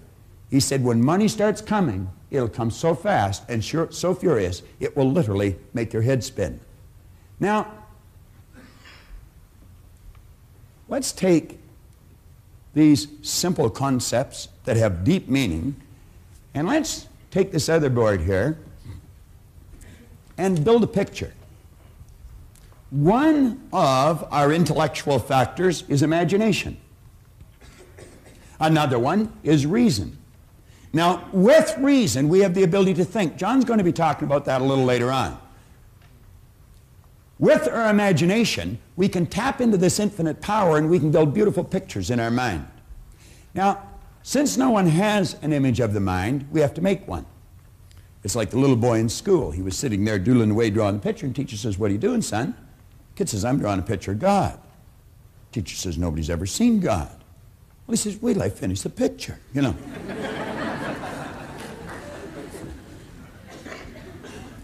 I heard about a gentleman that was running a seminar in Vancouver, British Columbia. I was living and working in Chicago at the time. I, at the time, was prepared to go anywhere to try and find out why I changed. And Vancouver was not too far to go from Chicago. I always sort of laugh when I hear a person say, "Oh, if you hold one of these seminars in the east end of the city, I'll come, but I don't want to drive across the city. I'd walk across the continent if I thought I could get something that would help me understand me better, because I know it's my understanding of me that's going to determine the results that I get in my life, in my happiness, in my health, or in the area of wealth." Well, I flew off out to Vancouver, and I had heard many speakers. I had read many books. I had a ton of information running around my head, but I couldn't get it to fit. And I couldn't get it to fit for the same reason that some of you have never been able to get it to fit.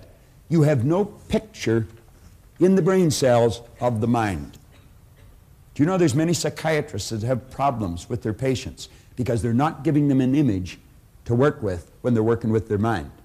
I have taught this idea to psychiatrists. I had a psychiatrist, Marty Cohen, out in Century City, California, tell me that he made more headway with a patient in 4 visits than he had previously made in 4 years. And the simple reason for it is he gave them order. He gave them a picture to start to work with. Well, as soon as this gentleman got up and started to speak, he was a great big gentleman by comparison to me. He and I looked like Laurel and Hardy when we worked together.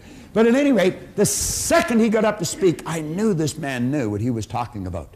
And I'm going to tell you, I listened carefully. I went over when he was finished and I asked him, I said, "Could I spend a couple of hours with you?" And I'll never forget him looking at his watch and telling me that he was sorry he didn't have a couple of hours. He had to go and catch a plane. Now, he said, "I'd love to spend some time with you," but he said, "I've got to catch a plane." And I said, "Well, I've got to catch a plane too. I don't mean right now." And I said, "Where are you going?" Or he said, "Where are you going?" And I said, "I'm going home." And he said, "Where do you live?" And I said, "Chicago." Well, he said, "What are you doing here?" I said, "Well, I come out to hear you speak." He said, "That's a long way." And I said, "Not for what I got." And so at any rate, I think he was impressed that I had traveled so far. He got his calendar out and I got mine out. And he told me he was going to be in Toronto in a couple of weeks. I said, "Well, Toronto's only an hour from Chicago. It's just up and down. I'll come over if you'll meet with me." Well, the two of us sat down in the Skyline Hotel. And I'm going to tell you, Leland Bell Vanderwall taught me as much in 2 hours. Well, I should say 2 days. No, it wasn't. It was 2 hours. We just spent a couple of days together. But everything fell into place in just a couple of hours. He taught me more in 2 hours than I had learned in 9 years, studying faithfully every day. And he proceeded to tell me, he said, listen, Bob, he said, there's a difference between hearing and listening. He said, you hear with your ears, you listen with your emotions. Now, he said, as you sit here, he said, your mind could take a trip, but your body would stay right in front of me. Now, he said, you'd hear every word I'm saying, but he said, you may not necessarily be listening. He said, if you're going to learn, you're going to have to listen. And you listen with your emotions. You've got to keep your mind with your body, no trips. Now, I said, if you do that, odds are pretty good you'll learn. And he says, there's a vast difference between learning and gathering information. He said, you see, all the way through school, we were encouraged to read, remember, and repeat. Read, remember, and repeat. And if you were able to do that fairly well, you were given the mortarboard of the sheepskin. And they said you had learned. Doesn't necessarily mean you've learned anything at all. You might have learned how to develop your memory, but that might have been the end of it. Now, I'm not saying no one learns doing that. Some do. But he said learning is not gathering information. Learning is when you consciously entertain an idea, you get emotionally involved in the idea, you step out and act on the idea, and you improve the results in some area of your life. Now, he said, this is the name of the game, Bob. He says it's results. Pretty good teacher a long time ago said, by their fruits you'll know them. In other words, you can always tell a person's level of awareness by the results they're getting. If the results aren't there, they have no one to blame but themselves. For 27 years, I blamed everybody. I blamed my parents. I blamed my brother, my sister. I blamed my employers.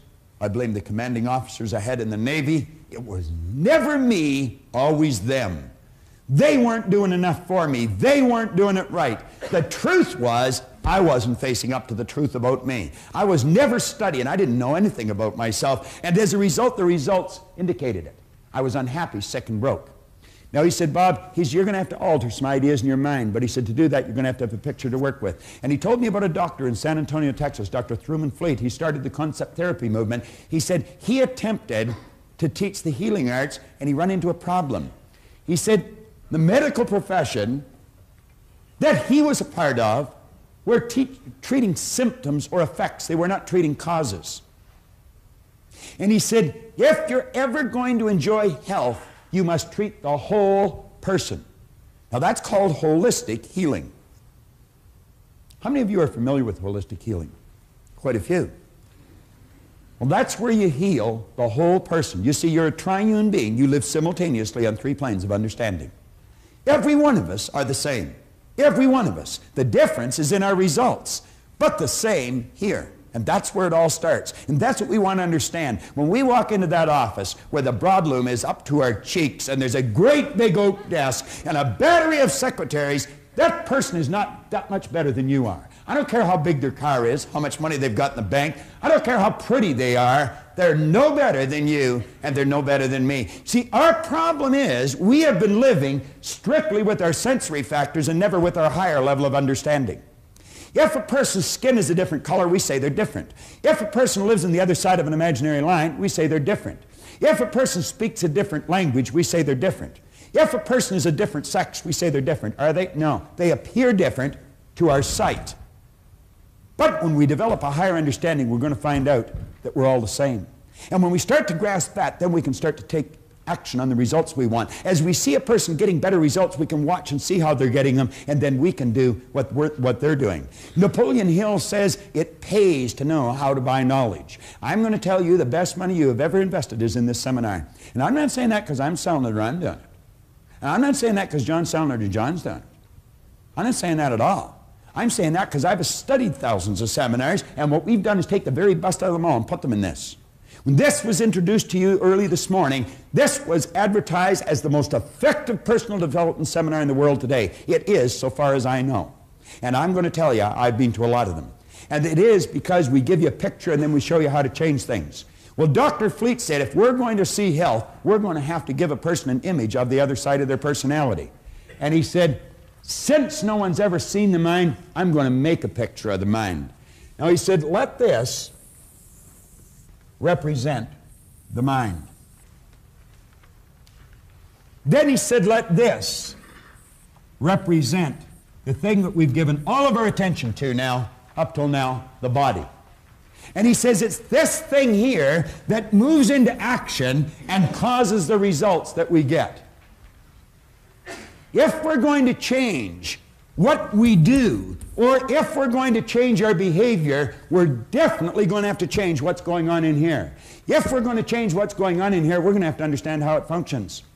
And as he pointed out, there are two sections to the mind, joined together, but different in their method of operation.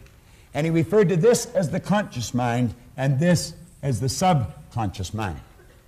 Now, if you look on page 6 of your action planner, you'll see that drawing.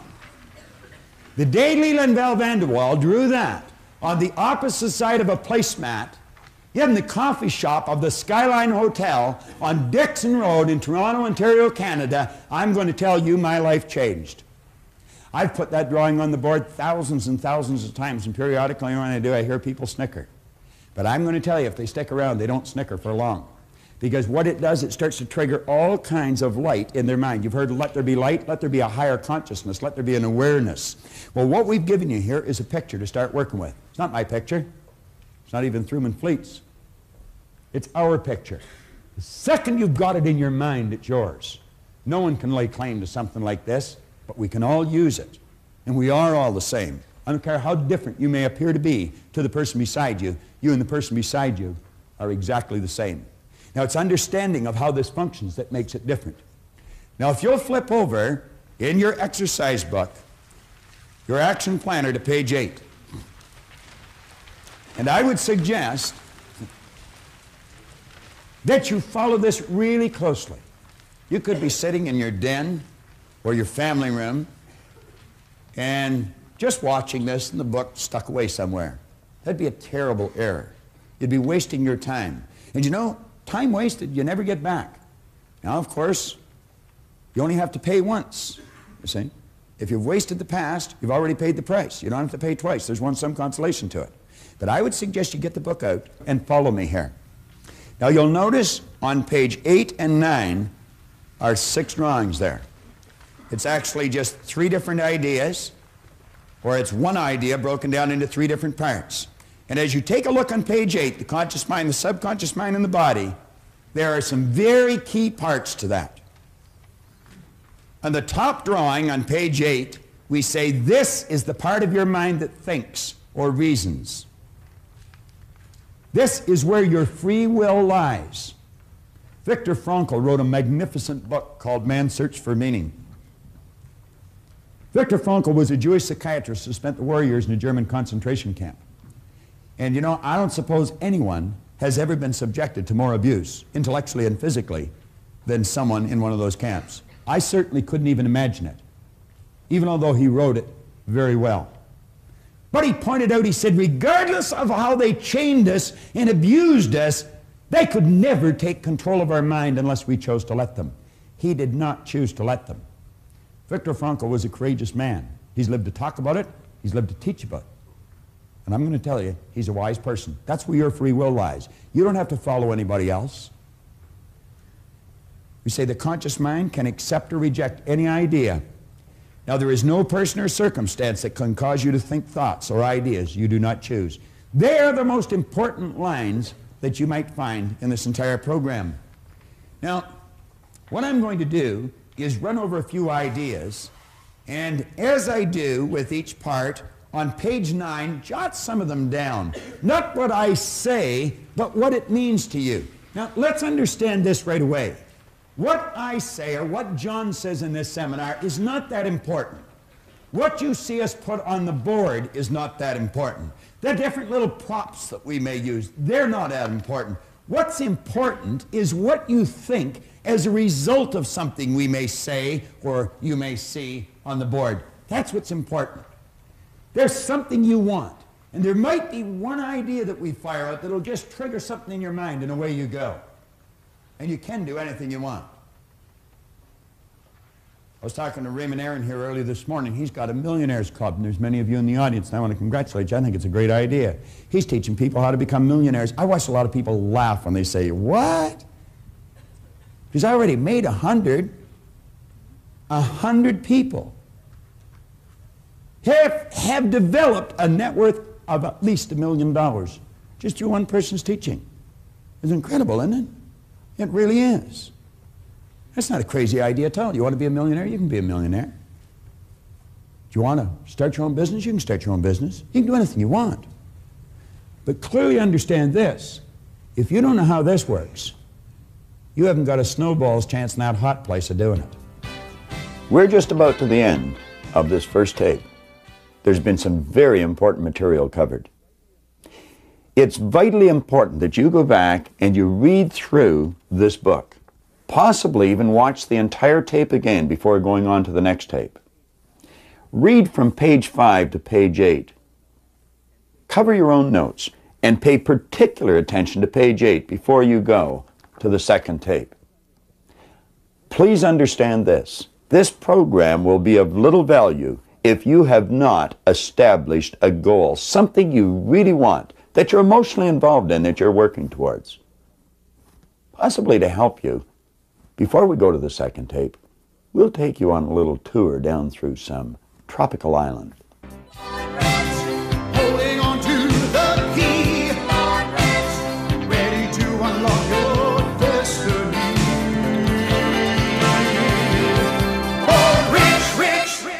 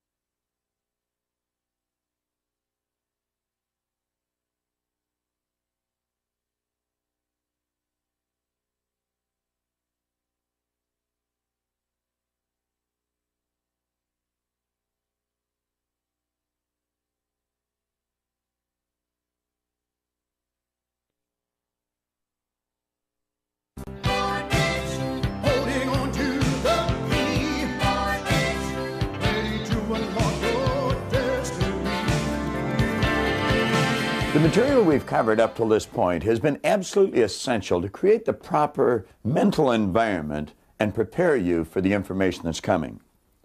I concluded the last message by suggesting you reread page 8, as it was vitally important. Now we're going to create this image, and as I do, I want to suggest that you take as many notes as you can. It really doesn't matter if you have to replay this next section 50 times. Make sure that you get the key points written out on page 9 in your action planner. It's vitally important that you do this. The success of the entire program, which is your future, may be dependent upon it. I know you'll do well. Now let's start to think. Here we're talking about this power. We are not only a physical expression of that power, we're an instrument of that power, because that power literally flows to and through us. Now, as it flows into our consciousness, it just is. Just is. All science and all theology tells you energy is, God is neither created nor destroyed, is the cause and effect of itself, is 100% evenly present in all places at all times, is all-knowing, is all-powerful. You see, the knowledge that got us into the air has always been here. We didn't just make something out of nothing. When the Wright brothers introduced us to this new kingdom, they just tapped into something that was already here. The fax machine that you use today. You can take a slip of paper, feed it into a machine, and thousands of miles away, simultaneously, it's coming out of somebody else's machine.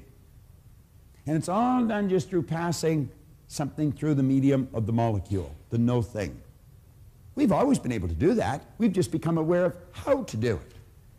See, a person that's earning $25,000 a year, they're not earning $25,000 a year because they want $25 a year. They're earning $25 a year because they're not aware of how to earn $50. Any person in this room can become financially independent. There's no trick to it. This afternoon we're going to talk about that a little bit. As this power flows in, it's neither negative or positive. Jan, I'm going to tell you there's nothing on the cover of that book. Am I right or wrong? I'm wrong. Do you want to stand up for a second, Jan? You want to get a nice shot of this lady. She's a pretty student. All right? I'm going to tell you they were never like this when I went to school. All right. Now, Jan, you're looking at the cover of this book. And I'm telling you there's nothing there, but in your mind, your eyes are telling you there is something there. Is that correct? That's correct. Let's let the camera have a shot of this. You see, there is print on the cover of this book. It says, Think and Grow Rich. And that's what Jan is looking at. And when I tell her there's nothing there, she is bound to tell me I'm wrong. Now, Jan, let's look at the other side of the book. I'm going to tell you there's nothing on the book. What do you say now? Now I'm right. You're right. Now I'm right. A minute ago I was wrong, and now I'm right. Thanks very much, Jan. All right. Now, what did we do here? We just turned the book around. Somebody say, well, that's a cute little trick you pulled on Jan, and if that's where we stopped it, that would be right. But John talked about laws earlier this morning. He was talking about the action-reaction being equal and opposite. As you sow, so shall you reap. Energy always returns to its source of origination. Well, you know, there's other laws. That's not the only law. There are 7 laws. Dr. Werner von Braun one time pointed out that the natural laws of this universe are so precise that you and I don't have any difficulty today building a spaceship. We can send a person to the moon, and we can literally time the landing with the precision of a fraction of a second. He also said these laws must have been set by someone. Now, the law that I'm referring to here is not the law of cause and effect or sowing and reaping. It's the law of polarity or the law of opposites. You see, Jan, there's a front to the book and there's a back to the book. There's a right and a left to the book. And what's right to me is left to you. There's a top and a bottom to the book. There's an inside and an outside to the book. And you couldn't have one without the other. If I started to slice the right side off this book, when I've taken the last slice for the right side off, I've also gotten rid of the left. You couldn't possibly have one without the other. Nothing complicated about that. Pretty simple idea, but not understood by many people. We use these 2 symbols to illustrate the law of opposites. And you know, as this power flows into us, we can make out of it anything we choose. You can sit there, this is the intellectual mind, activate your higher faculties. I'm not talking here about your sensory factors, I'm talking about your higher faculties. You can exercise them, and you can literally create the start of anything because you are creative. You're a creative being. Do you know it's these faculties that separate you from your pets? Archibald MacLeish had a character stand up in one of his plays. It's called The Secret of Freedom. He had this character stand up. It was a Pulitzer Prize-winning play, too. He had a character stand up and say, the only thing about a man that is a man is his mind. Everything else you can find in a pig or a horse. He was right. You've got marvelous faculties. Do you know that this auditorium was nothing but an image in the mind of one individual at one time? Do you know that the clothes you're wearing, the camera that I'm staring at was nothing but an idea in the mind of one individual at one time? Now I want you to imagine 100 years ago, someone saying to you, I've got an idea. I've got a picture here of building something, I'm going to call it a camera, and I'll shoot a picture of someone in Seoul, Korea, and simultaneously they're going to see it in Nacogdoches, Texas, in their family room on something we'll call a television. I'll take that picture and I'll send it zigging off through time and space. I'll bounce it off something I'm going to call a satellite, and it'll bounce right into a receiving set on a television set in your family room. Now you know that the boys in the white coats would have been coming for that guy. But the truth is we did it. We did it. Yet in 1 week this year, 1 week in the past year, I conducted a seminar in Toronto, Canada, in Los Angeles, California, in Auckland, New Zealand, in Honolulu, Hawaii, in 1 week. I could have been flying over Tahiti, which I was, at 35,000 feet, going 600 miles an hour, press a button and my seat goes back, pull the thing out from underneath, I could virtually turn it into a bed, hit another button and somebody come to my aid and they'd give me something hot or cold to drink. They'd give me something to eat. They'd give me a pair of earphones, plug into the seat, and I could listen to my choice of music. Or I might be able to watch a first-run movie. They'd wheel a little cart down beside my seat and they'd give me a hot meal. I could wander up to the wall of the ship or the bulkhead of the plane, take a little plastic card, plastic was something that didn't even exist when I was a child, stick it in this machine, take a telephone back to my seat, and phone my office in Willowdale, Ontario, Canada, while I'm at 35,000 feet, traveling 600 miles an hour over Tahiti, just about the opposite side of the globe. And I would have been able to take, if I wanted to, a laptop computer out of my briefcase, set it on my knee, snap a modem on it, with the telephone, communicate to my office in Willowdale. Or take a portafax again, snap that onto the phone, send a paper to my office in Willowdale. Where did all these things come from? Where do you think you got the digital watch that you have? There is only one source of supply.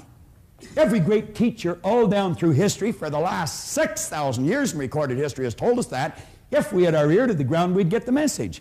This is where everything starts. We build the picture in our mind. Do you know what our problem is?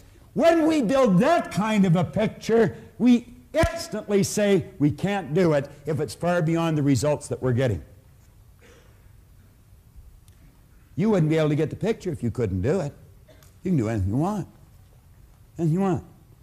Now, hooked up to your conscious mind, like little antennae, you have sensory factors. You can hear, see, smell, taste, and touch. And you know that's where most people get all their information, through their sensory factors? They watch a TV, read a newspaper, listen to the radio, overhear conversations, and you know what most people are doing? They're talking about why something can't be done. And we're listening to it. Do you know, for 26 years, that's the only way I got my direction. I just did whatever the other guys were doing. I remember when I was 17, they said, we're joining the Navy, are you coming? Sure. I got 5 years. They didn't even like it. I'd never even seen a boat, let alone a ship. Why did I do it? Well, the other guys were doing it. Just wherever they go, you know, like sort of in lockstep type fashion, we go through our life. The average person tiptoes through life hoping they make it safely to death. What a dumb game. It's not a practice run. We get one shot at it. You don't have a contract to live forever, you know. If you're going to let what you do be based upon what you hear, you better make certain the people that are giving you the advice are getting phenomenal results, or you're going to go where they're going.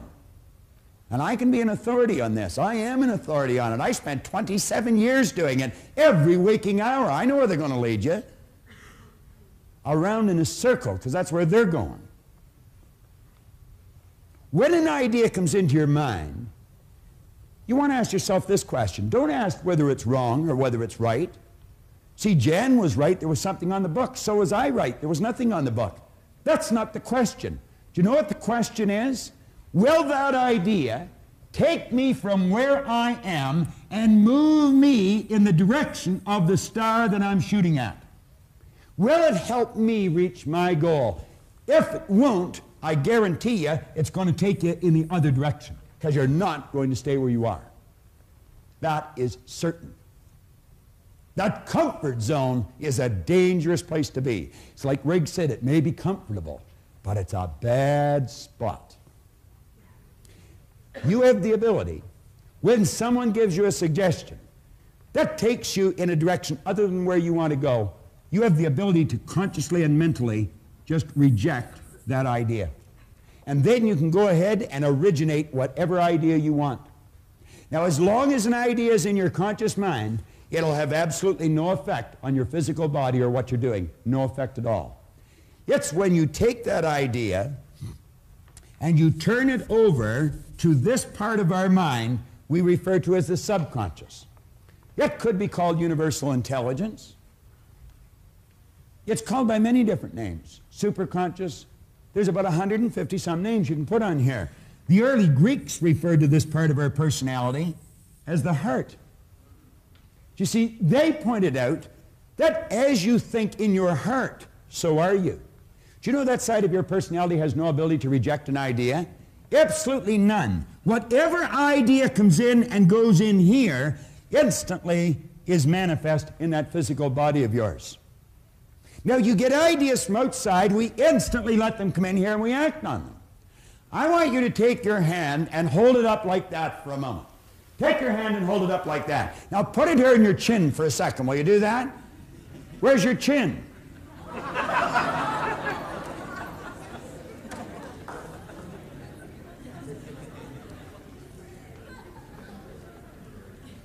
Why did you put your hand here? Do you know why you put your hand there? Because I put my hand there. You said, well, that's what you said to do. I'm going to suggest you weren't thinking. I'm going to suggest you just let that idea go right into your subconscious and you automatically acted on the idea. If I said, follow me, I'll show you how to win, are you just going to follow me? Where are you going to ask yourself? Does that person know what he's talking about? Does she know where she's going? Why would you go for someone for financial advice that's flat broke? That doesn't make any sense, does it? Why would you go to a sick doctor to find out how to get healthy? Do you want to know why we do it? We're in the habit of doing it. And you know what a habit is? A habit is something you do without giving it any conscious thought. And you know that most people live by habit. They don't think. Bell Van Wall used to point out if most people said what they were thinking, they'd probably be speechless. The late and great Dr. McFarland from down in Kentucky said 2% of the people think, 3% of the people think they think, and he said 95% of the people would rather die than think. I was reading an article that was written on George Bernard Shaw. And the author was reporting that Shaw one time said the average person thinks 2 or 3 times a year. He said, I've gained an international reputation with myself thinking 2 or 3 times a week. I was driving over here this morning with Linda, my wife. We had a real interesting occasion this morning at the house. Colleen, my daughter, got up to have a shower and turned on the tap and took it right off in her hand. The water goes right across the rim. And of course, being the mechanically inclined person I am, I didn't even know how to shut it off. So we had a fountain going sideways in the bathroom.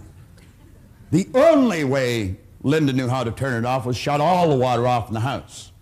This happened at 5:45 this morning. Needless to say, that was a nice way to start to wash your hair and have a shower and brush your teeth. So I thought, what'll I do? I could see this hole, and I didn't know what to do, so I went and got a broom handle and shoved it in the hole. That's exactly what I did. But that didn't work. Well, now, if you wanted to see a comedy, you should have been in our house this morning. Here's Linda holding the tap on while Colleen's having a shower and having a terrible time trying to adjust the hot and cold. Then Colleen scurried away with her towels around her, and in I go. And I've got the water pouring on me, my hair full of soap, and it went ice cold. Linda said, hurry up, it's freezing.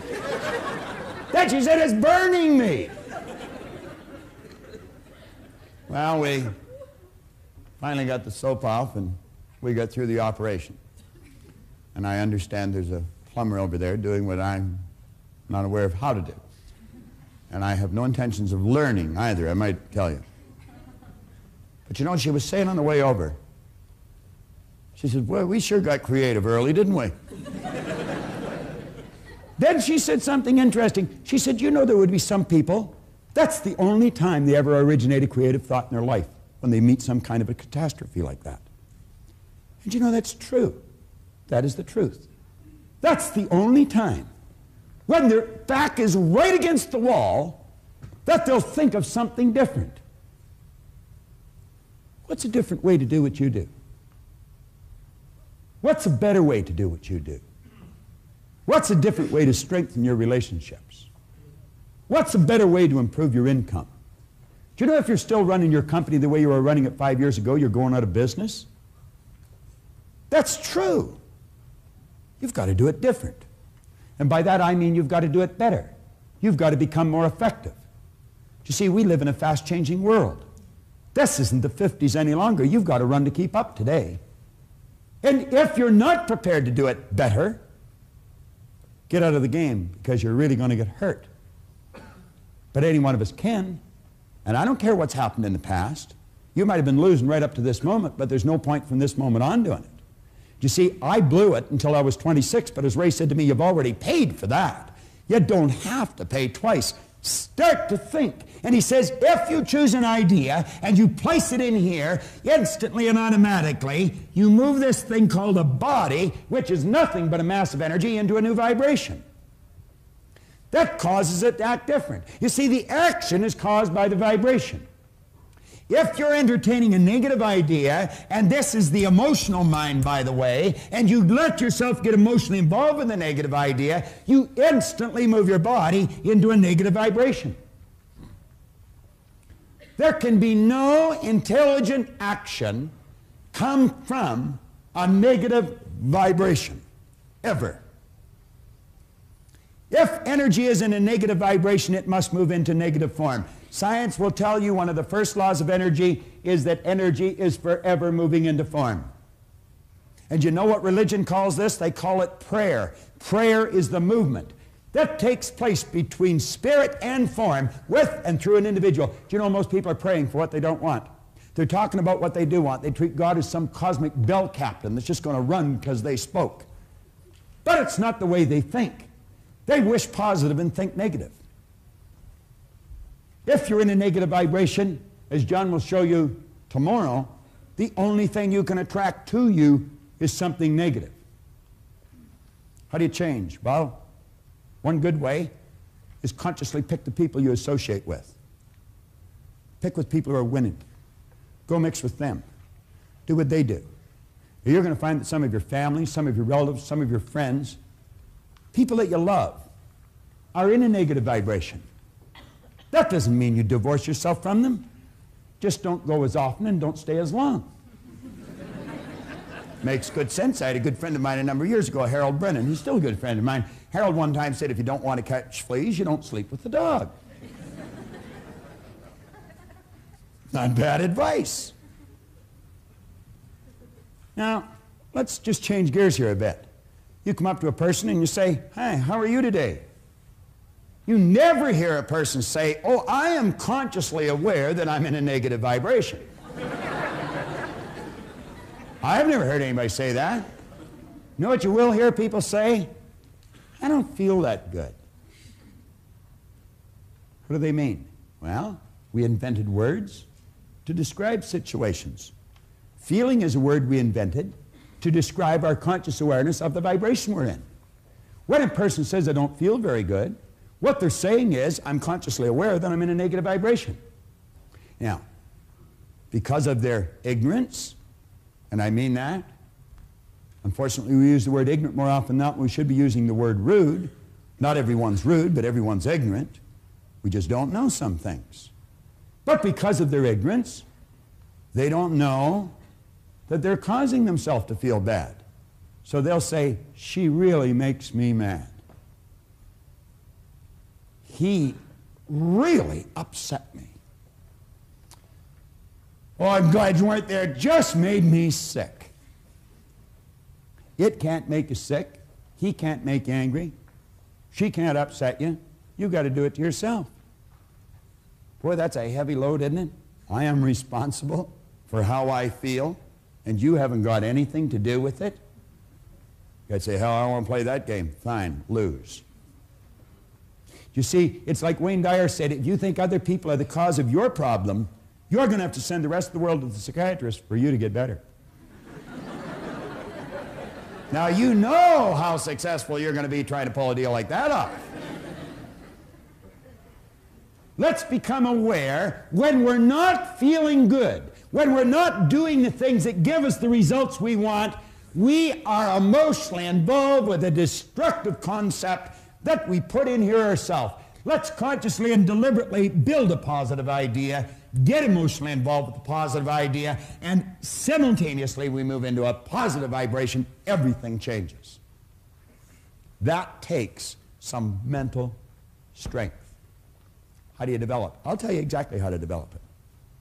Sit and watch the tape that you're watching every day for a month. Every day for a month. You say, "Well, I don't have to watch it every day for a month." No, you don't. You only have to until you want to, and then you don't have to any longer. It's that simple. But I'll tell you this, you hear it over and over and over and over and over and over and over again, and one day, bang, something's going to happen inside, and you're going to realize when you say that she upset me, that she didn't do it at all. You did it. And you know what you're going to do that day? Change it. And you'll never again go through life thinking other people upset you. And if periodically you let somebody else stick a negative idea in your subconscious mind, you can instantly correct your direction because at least you know where the problem lies. Is that basic? Yeah, I think it is. I think it is. Now follow me closely here.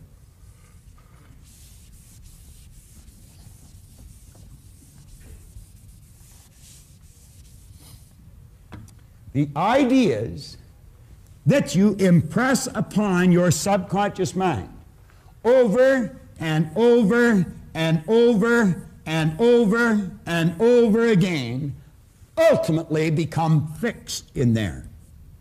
You see, what you're doing when you build these ideas that we're discussing now, what you're doing is building brain cells. Every time you think about that idea, you're giving those brain cells more strength. And in a relatively short period of time, Dr. Maxwell Maltz, the great author of the phenomenal bestseller, Psycho-Cybernetics, he pointed out that in approximately 21 days of doing this with an idea, that idea will become fixed in your mind. Then it's more commonly referred to as a habit. A habit is an idea that's fixed in our subconscious mind, requires absolutely no conscious thought any longer to cause us to act on it. Do you know you drive your car through ideas that are fixed in your mind? When you first started to drive, you were all hands and legs. Every bit of conscious attention was on what you're doing. Same as when you first learned to get dressed. You ever watch a little child trying to learn how to tie its shoe? Totally awkward. Now we get dressed without giving it any thought. You may think of what we're going to wear, but not how we're going to get it on. You very rarely see an adult trying to pull their pants on over their head. But it's not uncommon to watch a little child try and do that. You never see an adult trying to put their foot in the sleeve of their shirt. But it's not uncommon to see a little child trying to do that. But when the little child gets the ideas fixed in their mind, they never try and do that again. And they just automatically get dressed. If you would consciously observe some of the things you do in any given day, just consciously stop and watch your own behavior. Listen to your thoughts. You're going to find that many of the things you do are done through habit. See, when I was a little boy, my teachers used to say, "Bob, why are you doing that?" And I'd say, "I don't know." This is the intellectual mind. You can store a lot of information there. But this is the conditioned mind. You see, thousands and thousands of habits form something called conditioning. And I was automatically doing things I didn't want to do. I was doing something wrong. It was giving me results I didn't want. And they'd say, "Why are you doing that?" And I say, "I don't know." They say, "What do you mean you don't know?" "You know." I say, "I know." "Well, why are you doing it?" "I don't know." I remember I joined the Navy. My commanding officer would say, "Proctor, why are you doing that?" I'd say, "I don't know, sir." "What do you mean you don't know?" "You know." "I know." "Why are you doing it?" "I don't know." Then I got out of the Navy and I went to work, and the boss would say, "Bob, why are you doing that?" I'd say, "I don't know." "See, what do you know? What do you mean? You know how to do better." "I know." "Why don't you do it?" "I don't know."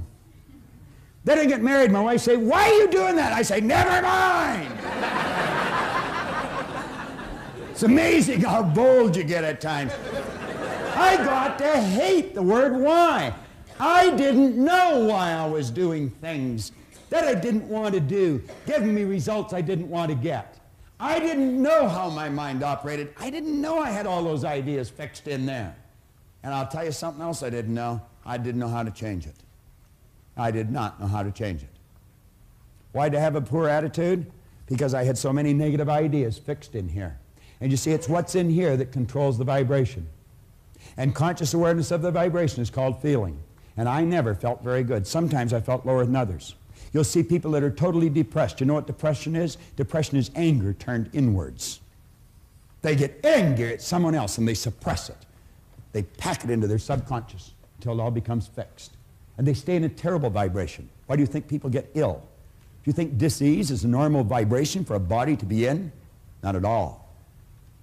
Ignorance is the cause of dis-ease. We're told to know the truth would set us free. There's only one thing to be set free from, my friend, and that's ignorance. Now, I want you to stop and think of just how you behave. I want you to stop and think of some of the things that you could do that would improve the quality of your life just like that. Every one of us know how to do things better than we're doing. Our problem has been we don't know why we're not doing them. See, you know that when you leave home, if you go over and say, "You know, honey, I really love you," and give them a little hug and kiss, you feel better when you leave. You also know when you go out and slam the door that you feel bad for a long time after, and so do the people that you slammed the door on. We know, but sometimes we still slam the door. Do you know if that's the only thing you changed? If that was the only habit you changed, the quality of that relationship would improve. I have watched salespeople multiply their effectiveness just by forming the habit of being like this at 9 a.m. in the morning. This is called personal contact, and it's the key to success. Some people are not in front of a prospect until noon. You'll never get up at the crack of noon and win. At least if you can, I'd like you to tell me about it. The rest of this program is built around that basic concept and this basic concept here. But understand this, you've got the mental faculties, you've certainly got the power. The power's always with you. It's always flowing to and through you. It's just a matter of learning how to direct it.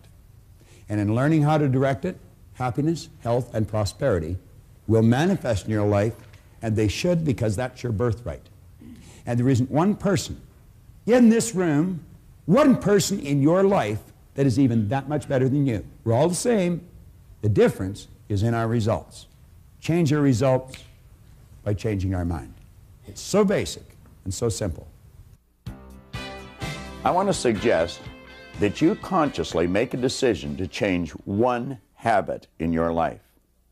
I'd like to introduce you to someone that I love dearly, my aunt, Marg Moyer. She was in the habit of letting other people think for her. What everybody else wanted to do, I would do. You know, you wouldn't start an argument or you know, hurt anybody's feelings. And you waited on people continually. Marg changed one habit, and she literally changed her life. I'll tell you one thing, she's a force to be reckoned with today. A nicer person, too. Well, if you were to tell me something and I didn't agree with you, I could tell you, no, I don't agree with that. No, I don't wait on anybody. I think anybody that comes to this home will know that, because once you're here once, after that you get your own coffee. You know, we started our own business, and we really worked. And we worked extremely hard, and the whole family worked, and now everybody reaps the benefits. I would never have had the inner security to start a business. Now you decide, what habit are you going to change? What have you been doing automatically, without any conscious thought? Pick one and make up your mind, like Marg, you're going to change. Marg not only brought a lot more of herself to the surface to enjoy, her whole family enjoy her more. You pick one habit and make a similar change in your life. Now John Canary is going to introduce you to your greatest power. Now I'm going to ask you to take a look at a picture. I'm going to bring the picture up close to you. First of all, I'm going to hold it up. Some of you have seen this before, but I'm going to ask you, some of you, to tell me, what is it you really see? Now, if I were to go over here to Paul and say, Paul, what is it you actually see when I ask you to take a look at this picture? What do you see, Paul? A skull. You see a skull. Andy, tell me, what were you able to see? A skull. You were able to see a skull. Now, if I take a closer walk over here to someone here, what is your name, sir? Jim. Jim, what did you see? I saw a skull. You saw a skull. Jim, can you just walk up here for a moment? I just want to get you on camera here and get you to take a closer look at this. And just take a look and tell me, yes or no, is that a skull? No, it's not a skull. It's not a skull. As a matter of fact, Jim, is it a beautiful picture if you take a closer look? It's kind of a nice picture. Yeah, it's kind of a nice picture. Thanks a lot, Jim. I appreciate that. Now, you see, the closer that I get to you with this picture, you're going to start to see something completely different than what you thought you were looking at. You see, you instantly said, that's a skull. You remember this morning Robert talked about cells of recognition. And you were able to see this with your eyes. Your eyes picked it up and sent a transmission of energy to cells in your brain. Cells in your brain. Those cells were triggered, are moved into a speed of vibration, a high amplitude of vibration, and flashed a picture on the screen of your mind. The picture you were able to describe is a skull. But you know something? That's not true. You know what I've got here, isn't that correct? Correct. Do you know what I've got here, Tammy? You see, some of us in here have exactly the same picture of what's in this skull. What it is a beautiful lady looking in a mirror. Now, there is no way, unless you get a close look at this, can you see a beautiful lady looking in a mirror. There is just no way that you can actually see it unless you get closer. I want you to think about something, and it's extremely important. Do you know that some of us, since we were infants, have been doing certain things in a certain way because of a belief system we've fallen in love with, and we protect that belief system even in favor of the truth? Even in favor of the truth.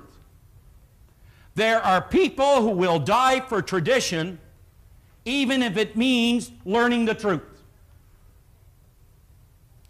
On the very first page of this particular lesson, page 11, at the very top, it's referred to as your greatest power. Your greatest power. And I want you to follow through this particular lesson with me as I begin to work with it on the board a little bit. But at the very top, when you were an infant, and in the early years of your life, the ability to control what energy or ideas were entering your subconscious mind had not yet been developed.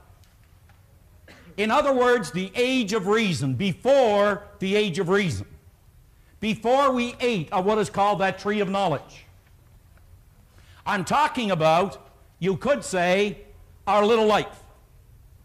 Long before we were able to say yay or nay. Now there's a question I want you to ask yourself as I get into this. And the question goes like this. Who and or what is in control of my life? Who and or what is in control of my life? Now, George Bernard Shaw one time put it this way. He said, it seems that people are forever blaming their circumstance for who and what they are. He said, don't believe in circumstance. The people who get on in this world, who come up with the results, are the people who look for the circumstance they want, and if they can't find them, then they go back and they make them. Then they go back and they make them. So let's just maybe take a look at how we learn some of the things we've learned. First of all, let's understand that we are all a confluence of a genetic structure. You could say that our genetic structure makes up a lot of what we believe and a lot of what we are, but not near as important as our environment. I one time heard Earl Nightingale make a statement that went like this. He said, all kinds of studies have been made regarding motivation. What is it, he said, that motivates us to do the things we do, to achieve the things we achieve? And he said, well, there's no pat answer to so large and complicated a question. He said, we believe that the overriding force that motivates people is due to choice of environment. Now, he said, some people make this choice consciously, but a great majority of people make this choice unconsciously as a result of environmental condition. Now, let's just go back into our little life for a moment. A very simple little exercise, but yet you see, even though we know it, it doesn't mean we are actually implementing the understanding of it. And you could say there is our outside world that has the predominant influence in the life of a child and what that child becomes. Now think about it. Here is a child who was born in absolute perfection. Maybe not physically speaking, but from a spiritual point of view, this child was born absolutely perfect. And in the beginning, they have the ability to think, they have the ability to reason, they have all the intellectual factors somewhere resonant within their mind, but they're not yet developed.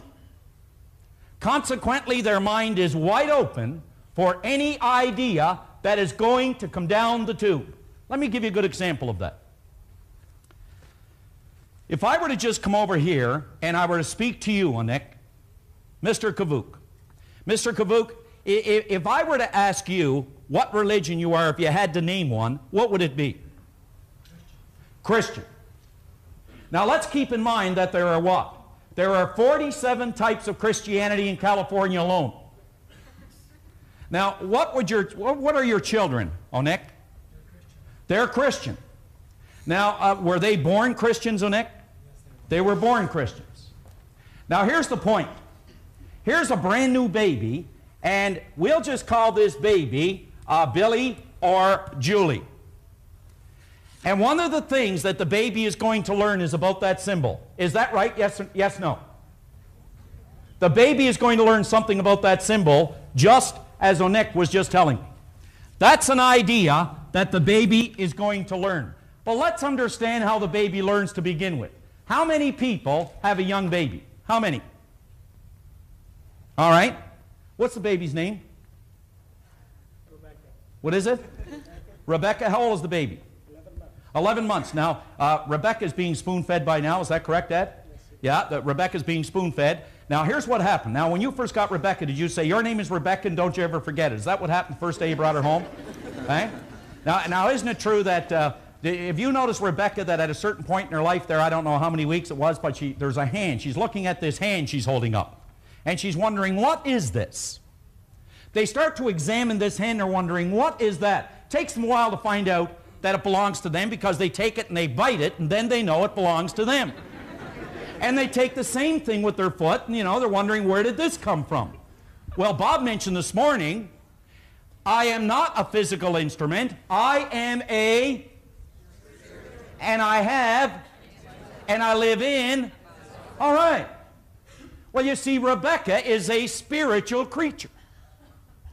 And Rebecca, for the most part, is going to learn about Rebecca from the people by whom she is surrounded in her outside world. That's how Rebecca is going to learn. But do you know there's a certain point in Rebecca's life, and it could be now, could be later, but there's a day that Rebecca is going to go through some introspection, and this is what Rebecca is going to say silently in her heart of hearts. There's a little thing written by Adele Davis, and it goes like this. Who is this person called I? How many times maybe have you been blue? How many times have you been blue and maybe looked at a friend and said, hey gosh, I wish I were you? Or how many times have you attempted to change, say, your whole life's pattern and to rearrange? Rebecca doesn't know. She doesn't know why she feels the way she feels. Well, you see, this is the way that Rebecca started to learn. If we were to just take and say Rebecca is going to learn to eat off the spoon, this is what will happen. Mom will take a spoon. Rebecca's mind is wide open. She's crying for the food. And Mom will take the spoon. She'll start to go like this. Come on, honey. Open your mouth now. Open it wide. Open up, Rebecca. But Rebecca doesn't open up. That's why she has food all over her. She's got it all over the clothes. But Mom continues to go, open wide, honey. And eventually little Rebecca starts to do what? She starts to emulate who? Mom. And she starts to open her mouth, then goes the spoon. She identifies now. There's been an idea or there's been an image fixed in little Rebecca's mind. Do you know this is going to continue as Rebecca begins to grow up? I'm going to say things to her like, you're just like your father. You make me so angry. And all these ideas now are being impregnated or are being impressed in this little girl's mind to the point where they make up the concept, the belief system, or the idea, or what Rebecca comes to believe is true about her world that she lives in. What happens when Rebecca starts to eat of this tree of knowledge where she develops the ability to reason, the ability to choose. Do you know, now that Rebecca can think, let's not make the mistake of believing that because she can think, that she is actually thinking. As Dr. Ken McFarland said, Bob was referring to, 2% of the people think, 3% of the people think they think, 95% of the people rather die than think. Rebecca is not necessarily thinking. Let me give you a good example. What is it that's causing Rebecca to do the things that she's doing? We know it's got to be the conditioned mind. Good, bad, or indifferent, it is the ideas that have been impregnated in her subconscious or her conditioned mind. Let me give you a good example. One day Rebecca is going out and she's doing a little bit of shopping with Mom. And they get in this car and they start down the street. And Rebecca leans into the front seat. Now remember, she now has the ability to reason. But it doesn't mean she is. She is a product, to a large extent, of her environment. And she leans in the front seat and she says, Mommy, Mommy, Mommy, where are all those dumb bastards today? Well, Mom's got all the wisdom. Mom is thinking, you see, she grabs the steering wheel, thinks about it, says, oh, honey, you just relax. Because they only come out when your father is driving.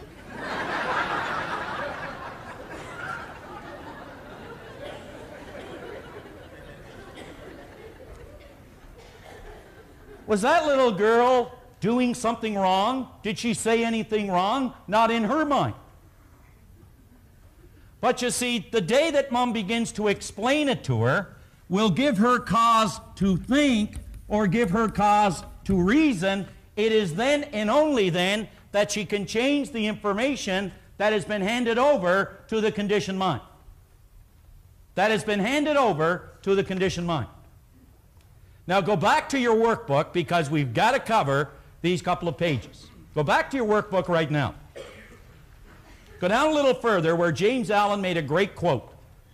He said, as a man thinketh in his heart, so is he. Was he talking about the physical pump here? No, he was talking about the heart of hearts. He said, as a man thinketh in his heart. Now, he didn't say as a man and not a woman. He didn't say a man and a woman, not a child. He didn't say a person who works at Ford but not one at General Motors. He didn't say a black person but not a white person. He said the heart of hearts because the heart of hearts, you see, has no complexion. The heart of hearts doesn't care where you live. The heart of hearts doesn't care who you know. It doesn't care what you have. The heart of hearts states that any idea you turn over to me, like to Rebecca, if Rebecca was taught an idea that was not good for Rebecca, Rebecca will act out that idea, good, bad, or indifferent, because the idea states that as a person thinketh in their heart, so they will be in their action, in their results, in their life. So you see, maybe in the beginning, someone was in control of Rebecca's life. But it reaches a point where no one is in control of Rebecca's life anymore. And this is what I want to see if we can get through here before too long. Now, help me on this page. It says you're no longer an infant. You do have control over what enters your subconscious mind. Whether you're exercising that control or not exercising it is another subject. You know, a mother got up one morning, she yelled up the stairs, she said, son, get ready, we're going, you got to get going to school. He yelled down, I'm not going. You have to. Give me 2 good reasons why I should. Well, she said, the first one is you're 40 and the second one is you're the principal. So we're no longer an infant. Go along here with me again if you will. You can control what enters your subconscious mind, and furthermore, you definitely have the God-given ability to change the old conditioning. You know, I don't think there is anything greater that you can learn about you than that statement. You see, your present conditioning is your personal life, what you have, what you believe you are. It is your family life, and it is your business life. It is your income. It is everything about you. That is a reflection of your own conditioning. I remember one time I put on a particular tape by a guy named Earl Nightingale. And Nightingale said this. It was probably one of the better things I've ever heard. Nightingale said that your world and everything in it is a reflection of your own mental attitude toward yourself. This world that you live in, that you see, and everything you believe it to be, it is a reflection of your own mental attitude towards yourself. So here we have what is called the old conditioning. That's what we are today, regardless of where that might be. And here we are with a new idea. In other words, we are living with a belief system, as you see over there, and what we are attempting to do sometimes is to develop a new, constructive, or a bigger idea. Had someone mentioned to me today, well, I don't know how to do it. You know what? There isn't a soul alive that knows how to reach a goal until they reach it. There isn't one living soul alive that knows how to reach a goal until they reach it. And even a person who has can't tell a person who hasn't until they reach it. Only then will they know. But you know, there's some good news. Albert Einstein had something burned into the corner of his desk that he said was responsible for every great invention he ever brought about. And this is what he had burned into his desk. That all creation waits. Now think now. All creation, he said, all creation waits with eager longing for the revealing through the sons of man. That's you, and it's me, and it's those around you. In other words, the way to do anything you want to do, it's already here, but you've got to use something to work with it. You've got to use your ability to reason, your ability to choose, your ability to think. You've got to use it. And we're going to cover those two areas because, you see, you can reason two ways, and that's what we're going to touch on here. Now, go through with me then the last paragraph in this page. You can control what enters your subconscious mind, and furthermore, you definitely have the God-given ability to change the old conditioning. And by doing this, you can transform your life. Now that's what a behavioral scientist would say. Let's go over to the other side, to the philosopher, the theologian. What would they say? Let's go back to a guy by the name of Paul. He was a pretty bright guy. He used to walk along the shores of Galilee there, and he was picking up and learning as well. And he said something like this. He said that if you want to be transformed, he said, be not of this world. Now, he didn't mean to leave it.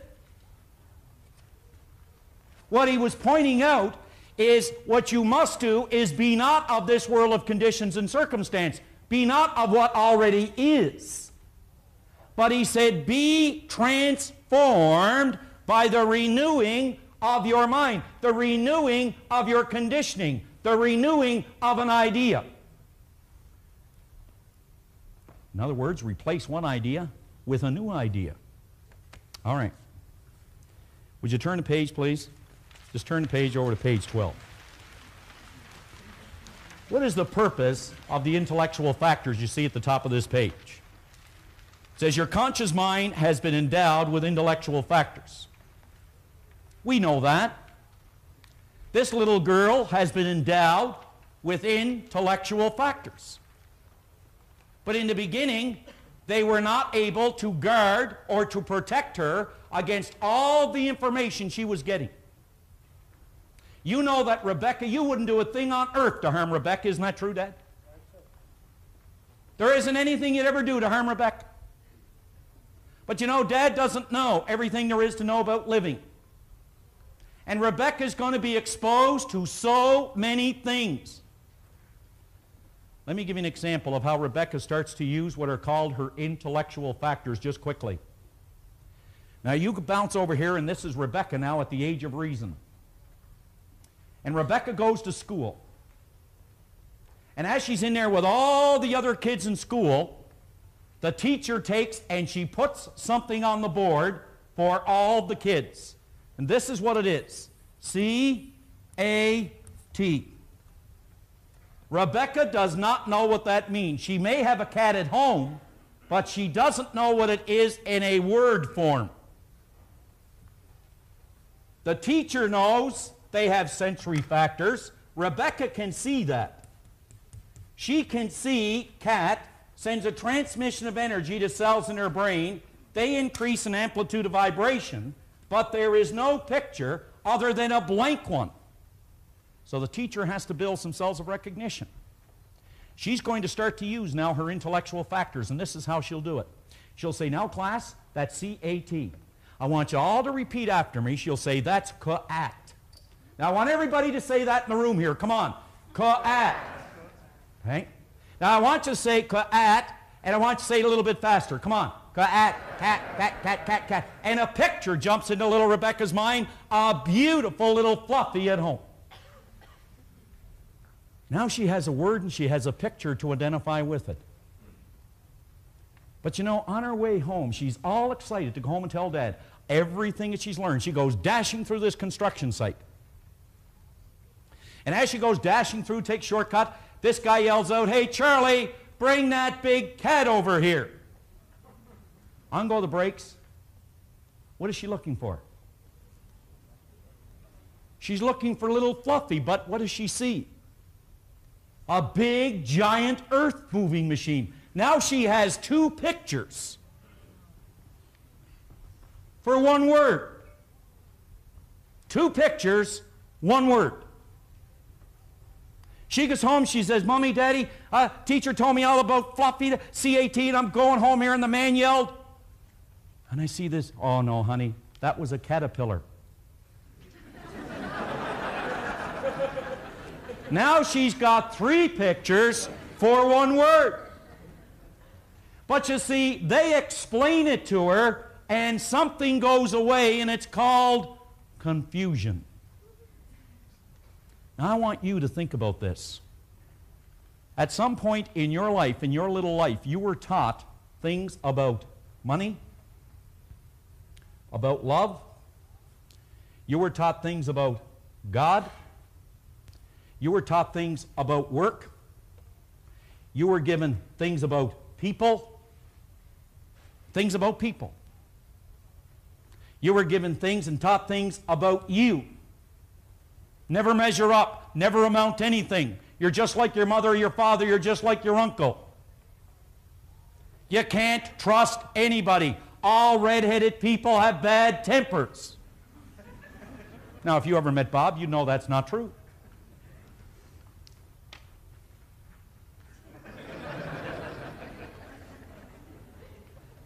So you see, we have all been taught these things as we started to grow in our life. And now we get to a point in our life where we start thinking about, what is it I want to do? I was talking to Paul a little earlier now. He goes to university here. Why is Paul going to university? Has Paul really decided on something Paul wants to accomplish? Because you see, now we're at a point where we start to think about what we want to do, but sometimes our conditioning gets in the way. Now this is very important. I mentioned we can reason two ways. What are they? We can reason inductively, and we can reason deductively, and I want you all to say it with me. We can reason and we can reason deductively. You know, one of the reasons that we do not continue to think and try to look for new and better ways to do what we want to do, to be what we want to be, and to get to where we want to go? Because we don't do it long enough.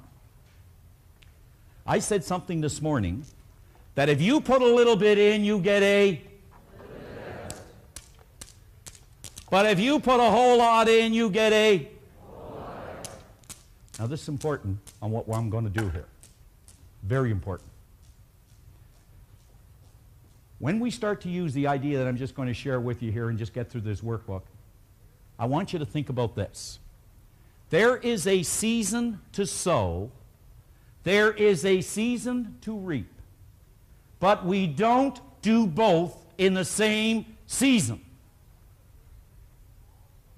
Now, at the count of 3, I'm going to ask you all to do it with me, that there's a season to sow, there's a season to reap, but you don't do both in the same season. Are you ready? Now, I want you all to do it with me. Come on. 1, 2, 3. There's a season to sow, there's a season to reap, but you don't do both in the same season. Sowing and reaping. There's something in the seminar that is very, very dear to me, and I know in every seminar that I make a strong point, and I emphasize this point. Of course, I emphasize it because of what it's meant to me. But I always mention that there's a season to sow, there's a season to reap, but we don't do both in the same season. When I say that to people, you know, they seem to walk away at least with an intellectual understanding that, yeah, that's true. But somehow I don't feel that they actually take and they do it long enough. They don't sow long enough. The farmer understands it. They go out and they sow the seeds. After a period of time, they know that that's the one season. And then in the next season, they go out and they reap it. And then, of course, by putting both of those together and doing them to the best of their ability, in other words, do the best you can to sow it, nourish it, preserve it, take care of it, look after it, you know that in the next season you're going to get a great crop. For me, the sowing was the 5 years that I spent at the seminars. There was no money. I had to pay my own way. And I understood that, of course. So I spent 5 years sowing it. And believe me, there was many, many times that I was checking to see whether or not there was anything growing. And you have a tendency to lose faith a lot. But I know now that when I speak to an individual about that, I can say it with conviction, I can say it with commitment. Because you see, I spent the season sowing. I, of course, have, as far as the season of reaping, it's been more reaping than there has been sowing. It just seems that it comes back tenfold. I remember an expression I've heard time and time again, where the laborers are very few, but the harvest is great. And I believe, again, that's a result of a person's ignorance, that they believe because they do something today, they should benefit tomorrow. We don't know when the season of reaping is, but we do know when the season of sowing is. And that's every living, breathing moment that we have an opportunity to provide a service or put the best into what we're doing. We know then that the result is guaranteed. That's what the law of compensation is based on. You take care of the sowing, something far greater. The universe will respond in like kind in perhaps another season. I don't know when that season might be, but I do know that it must respond in like kind, and you will reap what you sow.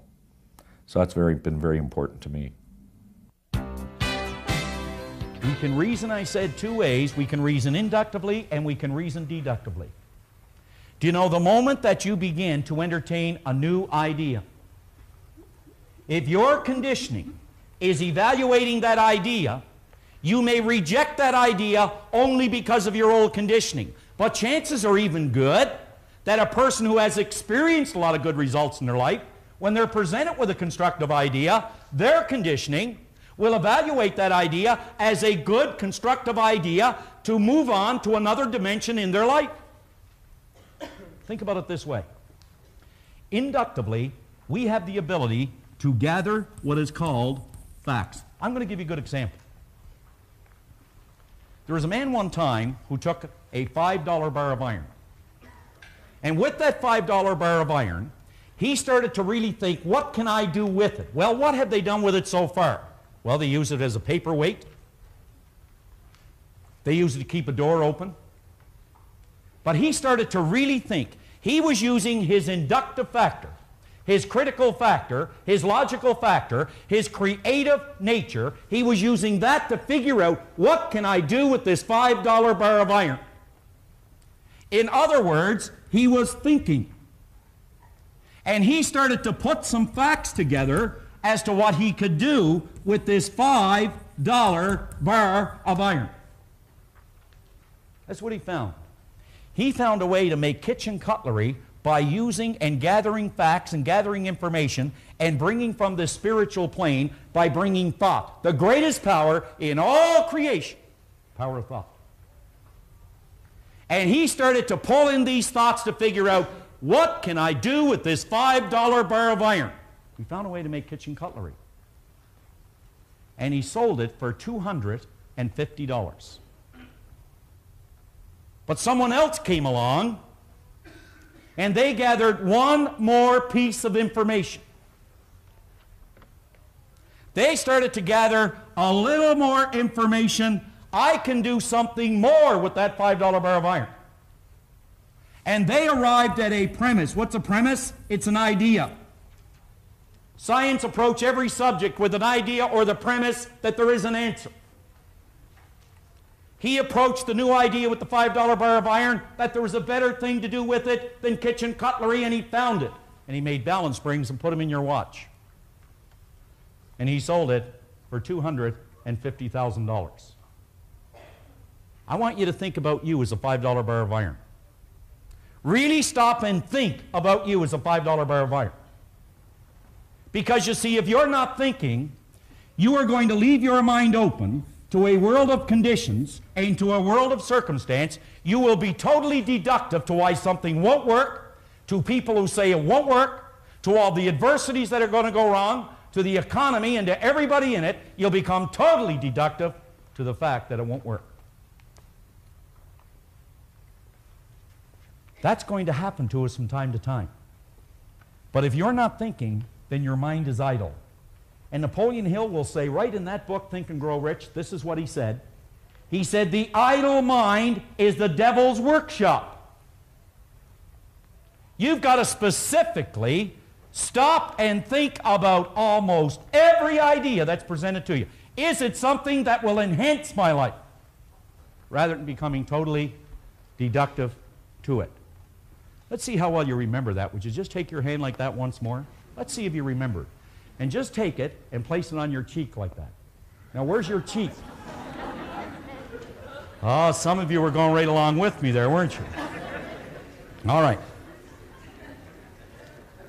So on this page, we're talking about, we have the intellectual factors of reason, intuition, perception, will, memory, and imagination. We will never, ever use them if we don't invoke our inductive factor or the ability to think. Tremendous power, tremendous potential, tremendous things wait for everybody who will actually use their intellectual factors to work with this phenomenal potential. So on page 13, your deductive reasoning factor does not have the ability to reject ideas. Think about it. Your inductive reasoning factor does not have the ability to reject an idea. How often have we become totally subjective to an idea or to a group of people without giving it any thought or consideration? It only has the ability to accept and turn over to the treasury of the subconscious mind whatever is offered to it. When your inductive reasoning factor is inoperable, set aside, or not engaged, you are not thinking for yourself. Now, you must follow this book with me. It is vitally, vitally important. If you were in a very positive environment when your conscious mind was in a deductive state, you would automatically become the benefactor of that positive energy that you're surrounded by. It says, however, if your conscious mind was in a deductive state and you were in a negative environment, you would automatically become the benefactor of all the negative energy your senses come into contact with. It says your negative energy comes from many sources: people, papers, television, radio, even loved ones. It passes directly through your conscious mind and causes you to feel or vibrate in a like manner. Think about that. Napoleon Hill often talks about, he said, I want you to imagine, he said, that there's an energy constantly flowing to, with, and through you. And he said that this energy is flowing not only with, to, and through you, but also around you. And he said that energy is affecting people around you, just as their energy is affecting you and the people around them. And the people around them.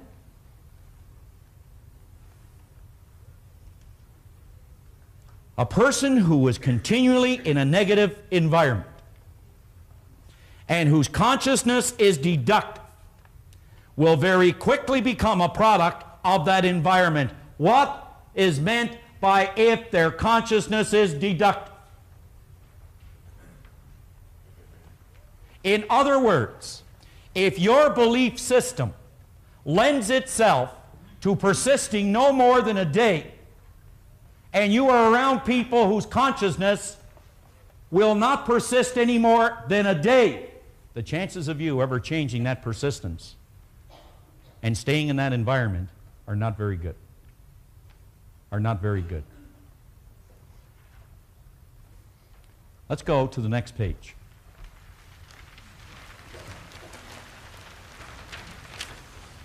The inductive reasoning factor.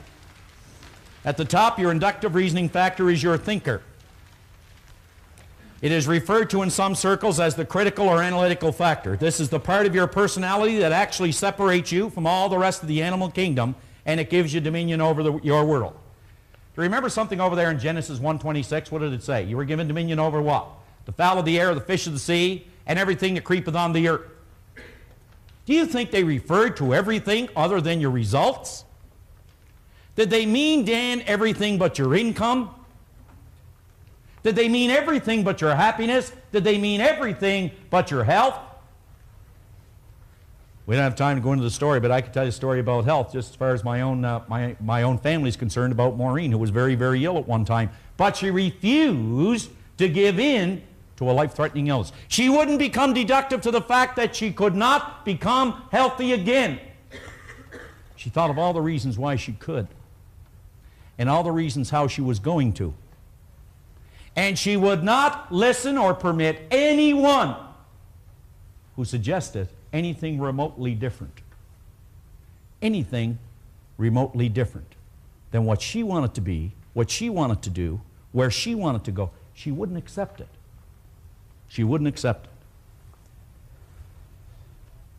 This is the part of your personality that actually separates you from the rest of the animal kingdom and gives you dominion over. Properly developed and applied, your inductive reasoning factor will turn you on and turn you into an excellent channel for creative energy to flow through.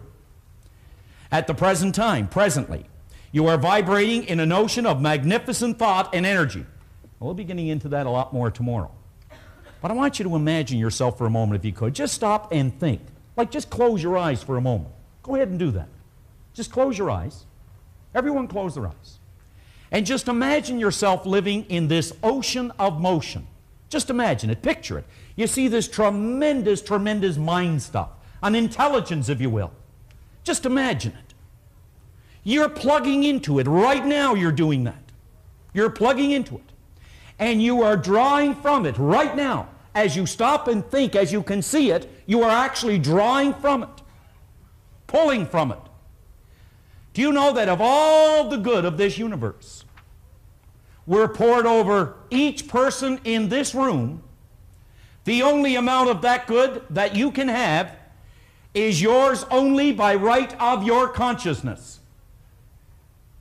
The only amount you can have is the amount you're able to understand. You can only have what is yours by right of consciousness. Let's continue in the book.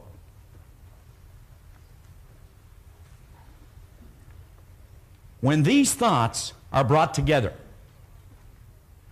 they build creative ideas that can change your old conditioning and literally build your world more beautiful than you previously could have imagined. Let me tell you something that I just have absolutely no problem with anymore with regard to taking a number of thoughts. Bob mentioned this morning something about water. Water is energy at a certain state of vibration. Yes, no? Yes. In other words, it is two hydrogen atoms and one at a certain state of vibration. Think about this. Success is energy, a certain group of thoughts that form an idea at a certain state of vibration. Success is nothing more but energy in its most organized state of vibration. Failure, therefore, would be energy, a certain group of thoughts vibrating against natural law, known as confusion. It is energy in its most confused state of vibration. Is that difficult? I don't think so. What is health? It is an orderly state of vibration. But to achieve it, we must invoke and use our inductive factor, what we're talking about here. So when these thoughts are brought together, they build creative ideas that can change your old conditioning and literally build your world more beautiful than you previously could have imagined. You must, however, properly plant these creative ideas in the treasury of your subconscious mind, the part of your mind that transforms every impression that enters in it into physical form. The Word was turned into flesh. Think about that. What is the Word? It is the formulation of your thoughts into an idea. That's when it becomes the Word transformed into a reality or in the form of a result. I'm asking you to examine that idea. Just examine it. In big black print in your book, I want you to really look at it. Will this idea improve the quality of my life? How many people here, for some time now, have had a great desire on something they want to be, something they want to do, and something they want to have? How many people have actually desired something that you have not yet accomplished? Now, honestly, would you put your hands up? Hold them way up high there. Hold them way up high. Just keep them up there for a minute. Now let them down, and let me ask you this. With respect to this idea, isn't it true you have had ways on how you can achieve it? Yes, no? Isn't it true that ideas have come to your mind on things that you should do, but you've rejected them because of why? Say it louder. Fear. Or is it old conditioning? Does the old conditioning tell you why you can't do it? Does it act as a reminder as to what went wrong the last time? Isn't it true that the last time someone told you, hey, you shouldn't do this, you failed, so you should listen to the next person again? So we've got to start using, not our old conditioning, not being deductive, we've got to start to use what? Inductive reasoning. What is inductive reasoning? Tell me. Is it just thinking or thinking about? Yeah, remember, now we're not talking about just mental gymnastics here. We're talking about working with the power of thought. Thinking is working with the power of thought. I don't know how many people are familiar with a place called Glace Bay, Nova Scotia. Well, that's where I come from, Glace Bay, Nova Scotia. It's not the end of the earth, but you can see it from there. And it's a little coal mining town. No, this is really a different place here. It's a little coal mining town just down Nova Scotia there. Quite a place. And I can remember my dad coming home there every day, and he had this big light on the top of a big hat to protect his head because he worked out under the sea in the coal mines. And he'd have all these old clothes on, and they'd be all dirty and black, and he just looked awful. And he'd come home and home and home and home and home and home. And a lot of people here know my dad pretty well. He used to say, it's all you got to do is work hard, and it's all you got to do is be honest, and you're going to win. Now that's only partly true. Hill said in his book, and I have to hurry this up now, Hill pointed out in his book, until, he said, we perish such foolish thoughts that working hard and being honest will bring us the desired riches. He said we'll never change the result until we learn that we must invoke, implement, become aware of. He said this power of thought, and it's only reached, he said, through the inductive factor or through the ability to think. That's what thinking is. It is working with the power of thought to improve the conditions that you presently have and not allowing yourself to become deductive to all the reasons why it can't. So let me kind of bring this in for a landing then at the bottom here. If when an idea enters your mind, and it's happening all the time at a fraction of a second, the answer to the above question is yes, then the idea is very likely good for you.